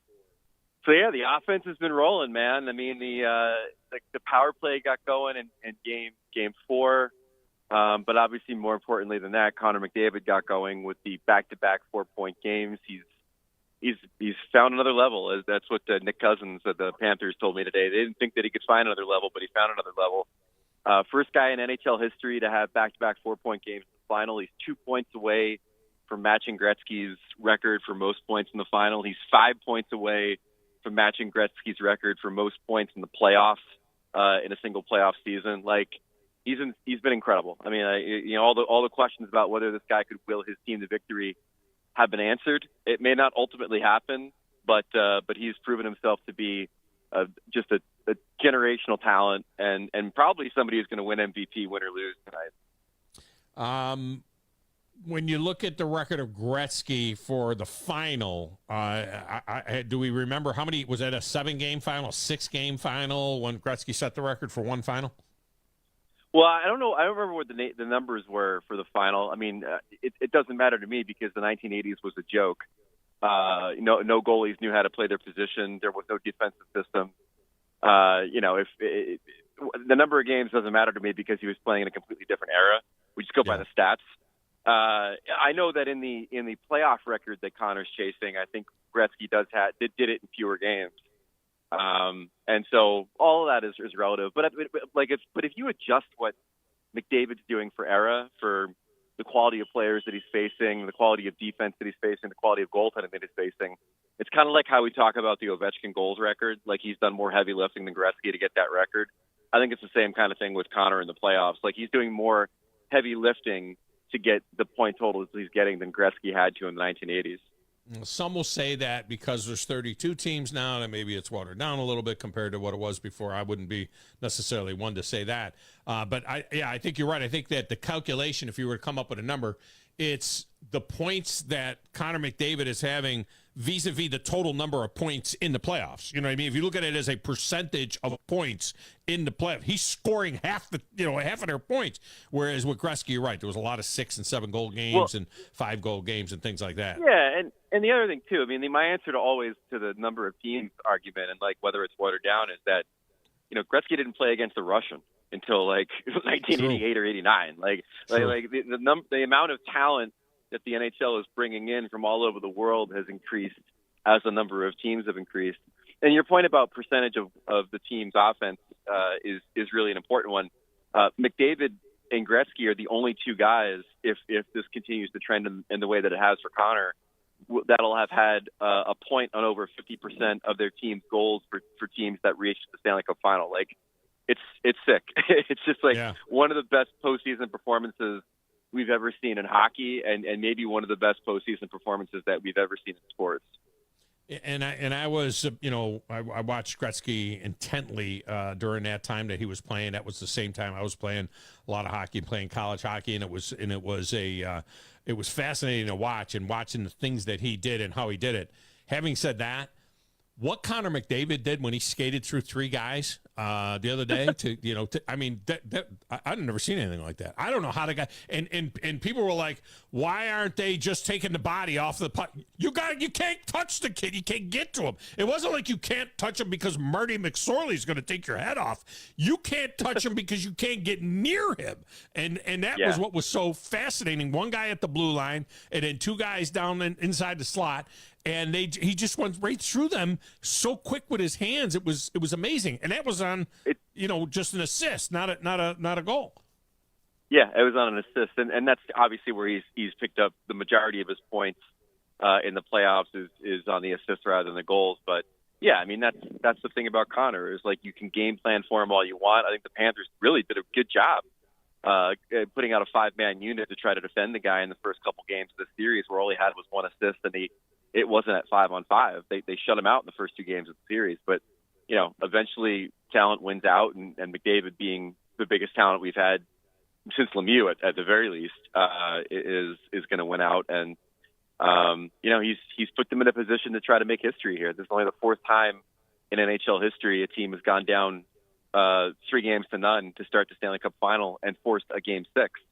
Only 2 teams have forced a Game 7. Only 1 team has won the Cup.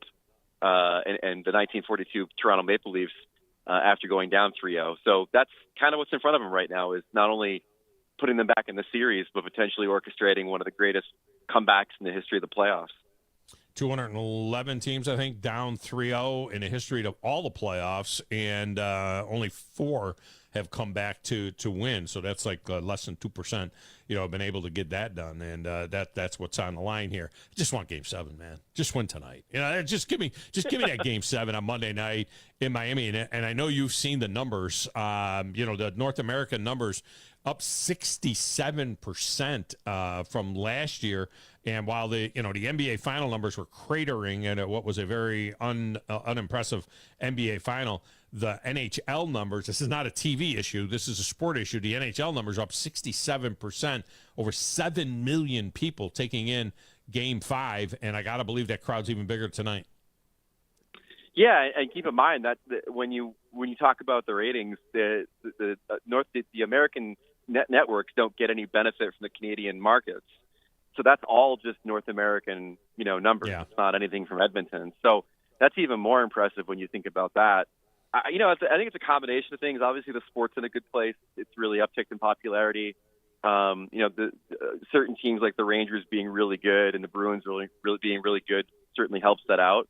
But I think people got a taste of the Panthers last year against Vegas. They're a fun team to watch. They've got a lot of personality, and then obviously with the McDavid part of it, star power matters. And I tip my cap to my network for having ESPN Plus and all the games, because it allows people to watch the Oilers if they're not on a broadcast channel. I think a lot of people have been exposed to McDavid that way, and obviously want to tune in to see if this guy can make history. Leon Draisaitl has picked his game up as well. He's been outstanding. What's the story with him, by the way? I mean, is as far as what happens when this thing is over, whenever it's over, he's not under contract, is he? Is he right now? No, he's under contract. I think he's got maybe 1 or 2 more years left on his deal. He's not been good, actually. He was good. He was good for a few series. He hasn't scored a goal in 7 games. He only has 2 assists in the series, and they were both in that 8-1, laugher of the game that the Oilers had. And he talked to this morning. I have a story up on ESPN.com about, how he's not happy with his performance. He's not happy with where his game is. He hasn't felt like he's been able to get to his game, that he has his legs. His teammates and his coach, of course, are like, dude, you're just way too hard on yourself. Like, just because you're not producing doesn't mean you're not playing well. But there's been some suspicion that maybe he's hurt. I think there's been some not criticism, but at least some explanation that his line mates aren't necessarily consistent and certainly aren't on the level of who Connor plays with. So they've been able to rally in this series pretty much without Draisaitl carrying his part of the load as he normally does when him and McDavid are both going so well. Yeah, and Ryan Nugent-Hopkins hasn't really done much either. So who's helping? What's the difference right now, other than the goaltending, which everybody kept saying, "Oh, you can't win with that goaltender." Well, maybe you can win with that goaltender. You can't be like, who's helping, and then eliminate the goalie, because it's the goalie. Like, that's the reason why. Outside of Connor, like, if you're going to do a pie chart, there's only 2 slices: Connor McDavid and Stuart Skinner right now, and Skinner's been awesome. Like, as much as Connor's answered questions about his ability to drag a team to a championship, I think Skinner has answered every question about whether or not he could be a good postseason goalie. And the numbers that he's put up after Game 3 in all of his series, I think he only has 1 loss after Game 3. His stats are insane. He's making all the saves that you need him to make, but then he's also making ones that are vital, like early in the game, like allowing the Oilers to get these leads and keep these leads and build on these leads, and not allow the Panthers to rally in these games. So, Skinner's an easy guy to root for. I've really enjoyed covering him in this playoff. He's kind of a goofball. He plays a lot of Mario Kart on the plane with his teammates, and he's just an interesting personality, and I'm really happy that he's been able to have the kind of success that I think a lot of his critics felt like he could never have. Greg Wyshynski with us from ESPN.com, talking about Game 6 here tonight. What might happen here as the Oilers try to steamroll towards history again? Only 1942 Maple Leafs have come back from down 3-0 in a Stanley Cup final to win the whole thing. And first, you got to get to Game 7, and they'll try to do that. It's going to be absolutely bonkers tonight there in Edmonton. The Matthew Tkachuk play, I mean, can you imagine if that was to save the game or somehow or something happened there? It would have gone down as maybe one of the greatest plays in the history of hockey. Otherwise, it was kind of cool. But he sweeps it right over to McDavid, who just hammers it home. But that was something to see. I mean, I have a lot of appreciation for a guy that's hustling like that at the end of a game that looks like it's almost futile. Yeah, it was interesting to talk to the Panthers about that yesterday too, because their coach is praising Tkachuk and the hustle on that play and how exciting it was. Then Tkachuk's talking about it like, I haven't really even seen the replay. Like, it doesn't matter to me. We lost the game. It would have been great if it mattered, but it didn't matter. And that's probably the right attitude to have towards it. But that's the reason why outside of McDavid, obviously, I think Tkachuk is the guy to watch tonight. He really, really played well in game 5, like noticeably better than he'd been in the rest of the series, maybe noticeably better than he'd been in the entire playoffs. We've not had maybe but one game that's been a signature Matt Tkachuk game where he's throwing his body around and hitting the score sheet. He had one, I think Game 1 against the Rangers might be the only other time where he was that present, and he was terrific. Like, terrific to the point where you're like, if there were 4 minutes longer in this game, he probably finds a way to tie it. And so I'm really interested to see if that carries over to this game, because if he's going and his line is going, that's probably the most obvious path to victory for them tonight.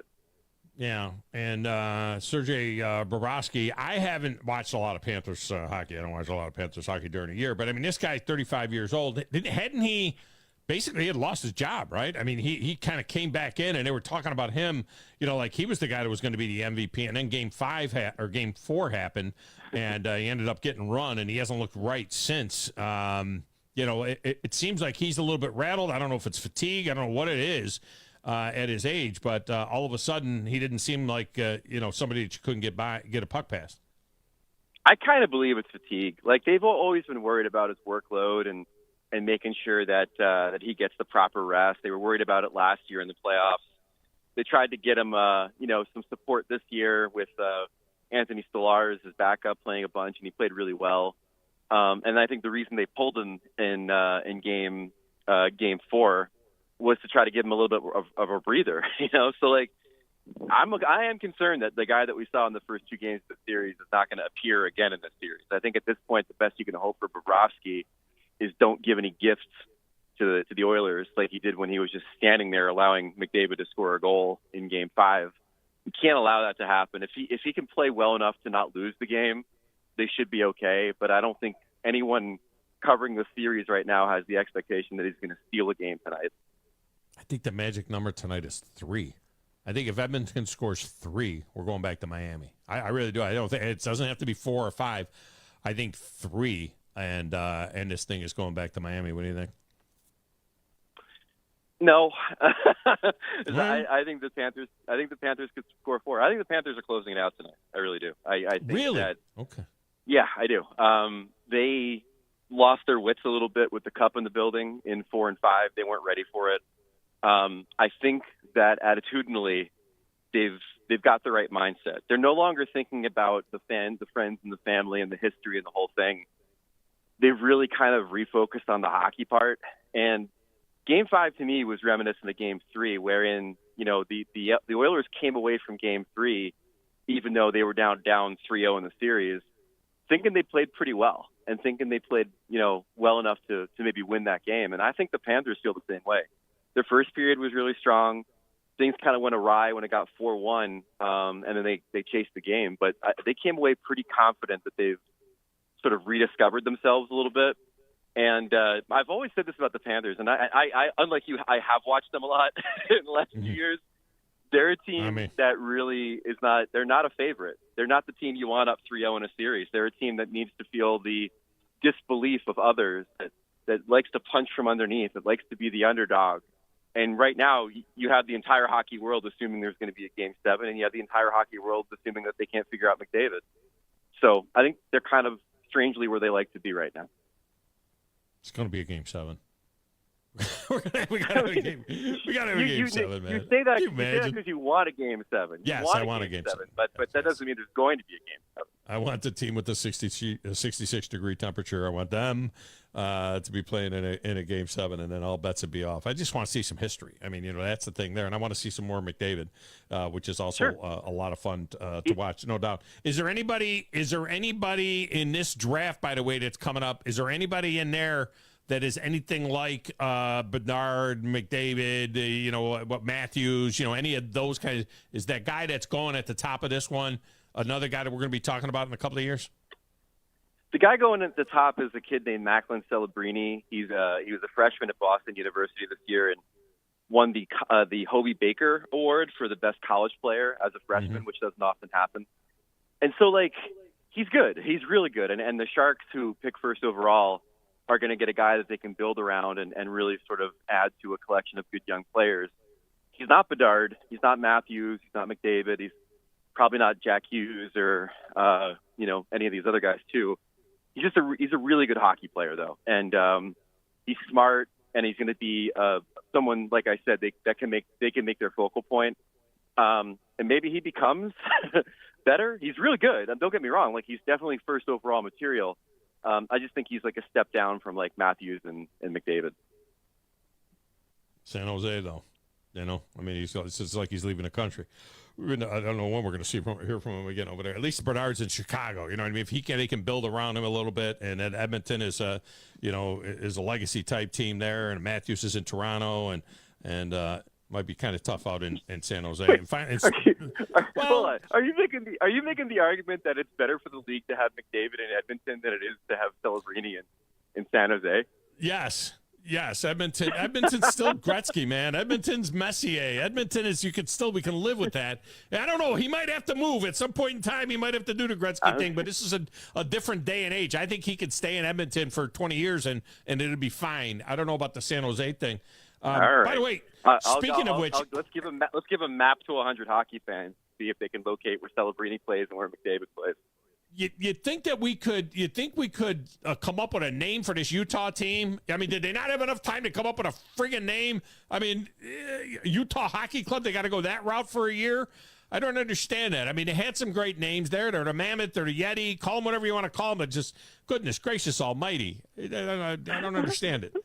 I don't get it. I mean, I agree with you. I think that they do have time to name the team, and I think it's a little silly that they are going to go into the season without a name. I mean, I think there's probably some trademarking and branding and things of that nature that they've got to take care of and make sure they're buttoned up on that stuff. But, you know, like they picked some colors. We got that at least. I like the color. I like the color palette. Yeah, I like the color. That's my high school. They it ticks me off, man. Like their primary jersey at home is to be black, and you got this incredible like light blue motif going on here. That'd be perfect on a home jersey, and instead they're kind of going with a black jersey. It's kind of boring. I didn't know that because I saw that light blue color in the thing. So the jersey is actually going to be black. The home jersey, they could have actually stayed the Coyotes, right? They got Coyotes in Utah. I mean, I know they want to do their own thing, but well, that's part of the sale was that the dude who owned the Coyotes still owns the name. On the off chance that he can build an arena in the next 5 years, he can just reactivate the Arizona Coyotes. Are they just telling them that? They're just like, yeah, we'll give you another team. What are you going to do with a 33rd team? I mean, all of these leagues, 32 is the magic number. That's it. I mean, you tell me the NHL is going to have 33 teams, or is there somebody that might have to move? Is there somebody in trouble out there that if they have a beautiful arena in Arizona that maybe becomes like, and don't say the Buffalo Sabres, because come on, man. I mean, they're Sabres. The NHL will not have 33 teams because they will have 34 teams. They're absolutely going to expand. Again, it could probably happen within the next 3 years. Atlanta's going to definitely be one of them, and then it doesn't matter who the other team's going to be. Not again. Are you kidding me? They're going to go again into Atlanta? Yeah, baby. They're doing it again. They're running it back. They're running it back. Be killing me. Alpharetta whatevers. Oh, my gosh. Oh, my goodness gracious. But this time it's different because this time it's the suburbs. It's much different now. Yeah. Like the Braves. Yeah, right. Yeah, it's right, like the Braves, now. Exactly. It's not been that long that they didn't go to the Thrashers, they didn't go to the Flames, they're not going to the whatever they're going to be. I don't know. They're going to run out of names. They can't come up with any more names for Atlanta. They've used up all their hockey names. They just kept naming other teams. Maybe they could be the Thrashers. Maybe it was a stupid name and a bad-looking sweater anyway, so maybe that was part of it. Maybe they can come up with something better. That jersey was terrible. That jersey looked awful. like a quilt.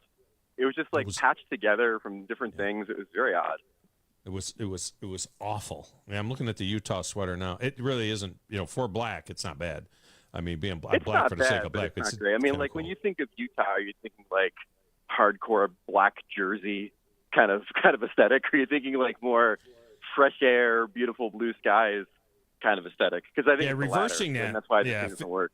If it was the blue with the black trim, it would look even better. And then they could have had along the tail, it could have the mountains. You know what I mean? It could have a little bit of peaks and things like that, maybe, and do something. There you go.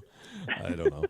All right, man. Well, I got a sister who lives in Salt Lake. I know they're excited. My brother-in-law is excited about having hockey out there, so that ought to be a good thing. All right, appreciate you. Enjoy the game. Safe travels to Miami for Monday night. Be ready to go. You're going to eat your words on that. We're going to get Game 7, and it's going to be By the way, I sold the game short. Game 5 short. 8.5 million was the North American number, so that includes Canada. But 8.5 million, and they're averaging $7.4 million. I mean, that's. I mean, the NBA got $9.5 million, and now we're talking about $8.5 million for hockey. I mean, it's never been that close. So, good job by ESPN. People finally wising up. It only took me, 25 years, or the hell it's been, to get people to watch hockey. But here we are. Yeah, exactly. Here we are from the Puck Daddy days to now, and it's hockey is doing it. I've been jamming it down people. Jim Rome started jamming it down people's throat about 15 years ago when he got the bug with the LA Kings. I talked about it no matter wherever I've been, and found there were a lot more hockey fans in the South than originally thought. And then, of course, you have carried the banner. I've always said you're my favorite hockey guy to talk to, and so it's always been good. All right, man. Appreciate it. Enjoy the 66 degrees. That's nice. Thanks, bud. I'll talk to you soon. All right. Thanks. See you. He was the Puck Daddy for years. He was Puck Daddy. He wrote the Puck Daddy blog. He was still technically Puck Daddy when I started. Yahoo.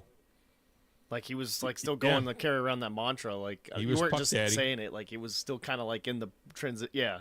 Well, it was the Puck Daddy blog. It was on Yahoo Sports, and he used to go on Steve Zabin's show, and all the time as Puck Daddy, and that's what we called him, Puck Daddy. And then when I started having him on, he was Puck Daddy. And then when he moved to ESPN, they actually, I think Yahoo actually kept the name Puck Daddy, and that's why he can't be Puck Daddy anymore. But he was the Puck Daddy back in the day for sure. He's a good guy to talk to. All right, we'll get a break. We'll come back with a final segment. Go ahead and fire up the lines one more time. If you want to jump in, you can do it. 256-576-4977 on 97.7 ESPN, The Zone.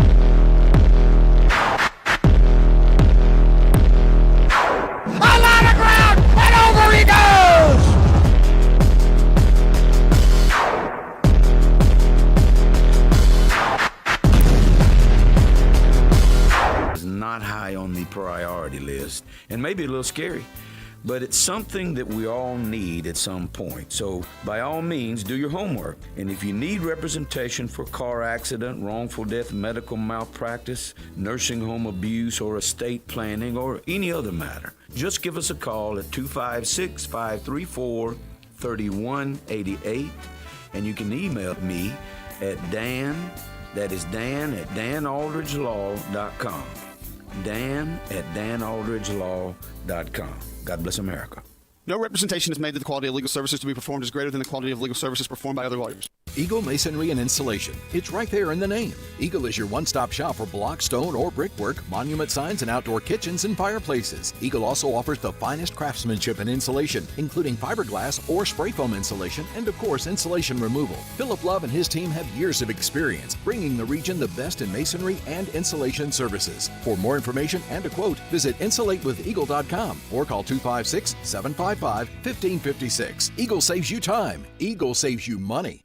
Tom Luganbill here for my friends at Woody Anderson Ford. Bobby White and his team take great pride in their service department, and you can see it the moment you walk into those beautiful new service lanes. And just like a championship team, they all work together to make sure your experience is second to none, whether you drive a Ford or not. Also, check out the gold certified pre-owned inventory at Woody Anderson Ford for great deals every day. Stop by and see them at Jordan and Sparkman or at Woody Anderson of Madison on Hughes Road, or visit WoodyAndersonFord.com. Ann Adams with Berkshire Hathaway Rise Real Estate is the one name to know if you're buying or selling real estate. With years of local experience, Ann Adams offers buyers in-depth knowledge of the local housing market and will narrow available properties down to those you'll be interested in so you can save time when shopping for your new home. If you're ready to sell, Ann offers a seamless process using accurate pricing and expert negotiation skills to make sure you get a fair price for your home. Call Ann Adams today at 256-337-2625 or log on bhhsriserealestate.com.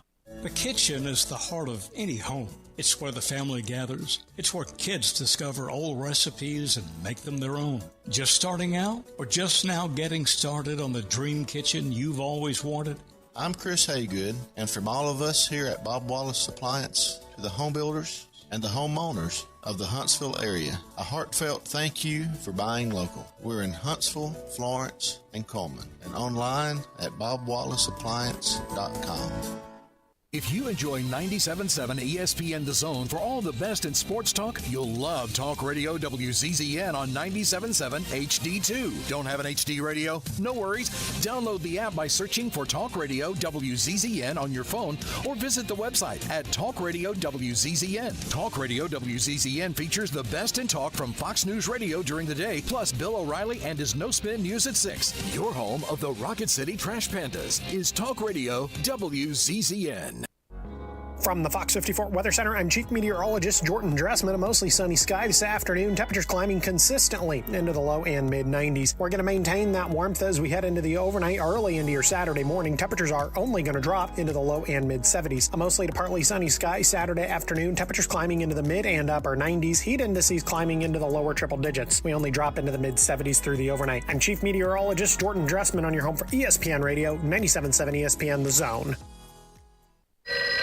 There's the phone and no one to answer. 256-576-4977. And as a result, we got many, many phone calls and letters. Give us a call on the Neighbors Wealth Management Hotline today. 97.7 ESPN The Zone.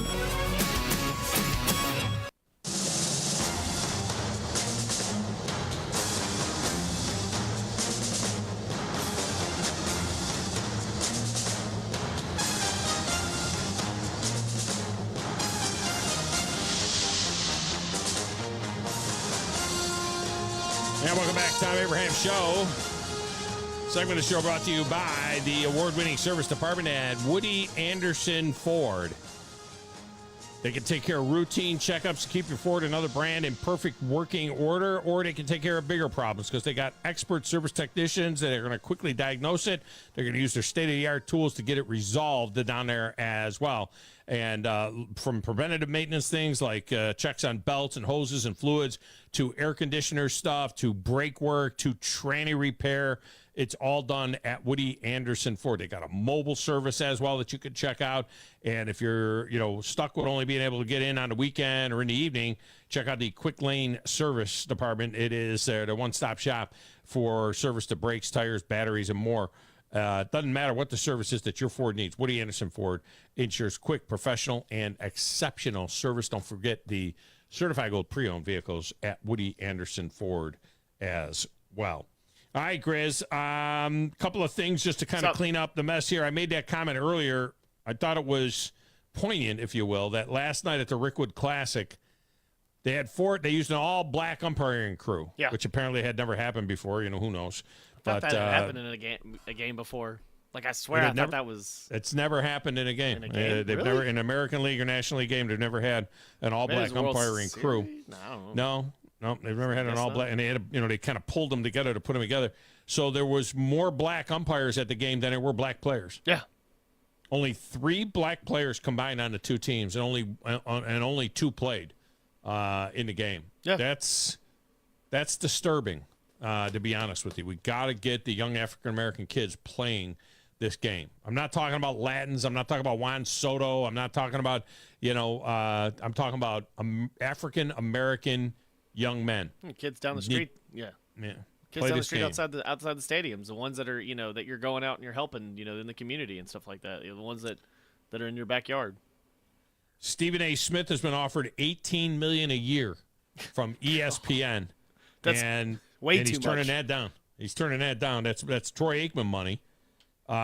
He allegedly wants $25 million a year. He's citing the $30 million a year that was given to Pat McAfee. But what people don't understand with the Pat McAfee thing, they're paying $30 million a year. I mean, it is a grotesque amount of money, but they're paying $30 million a year for the Pat McAfee show, and then Pat, out of that, he pays all of his staff. And you see the people that are on TV, they're all making decent money. But he's also paying all the people, A.J. Hawk, and then he pays all of the people. No, not A.J. Hawk. Is that who it is that's with him? Yeah. A.J. Hawk. Yeah, he's paying A.J. Hawk. Then he's paying all the guys that are behind the scenes. There are 20 people that work on that show. And then he's the one that pays, like when they paid Aaron Rodgers $1 million, that was Pat McAfee paying that out of his $30 million. So there's that as well. If Stephen A. is worth $25 million a year. What's Chuck Barkley worth? Because Chuck is more entertaining and he knows the game much better when it comes to basketball. But, you know, Stephen A. does a lot of other stuff, I guess. Good luck to him. God bless him. All right, that's going to do it for us. I am off next week. There'll be a few shows that the guys will do. We'll see. Then Grizz is off the following week. So, Grizz, you and I back together in 2 weeks. Let's do it. Yeah, let's have fun. Be safe, everyone. Coming up next, the Paul Feinbaum Show on 97.7 ESPN, The Zone.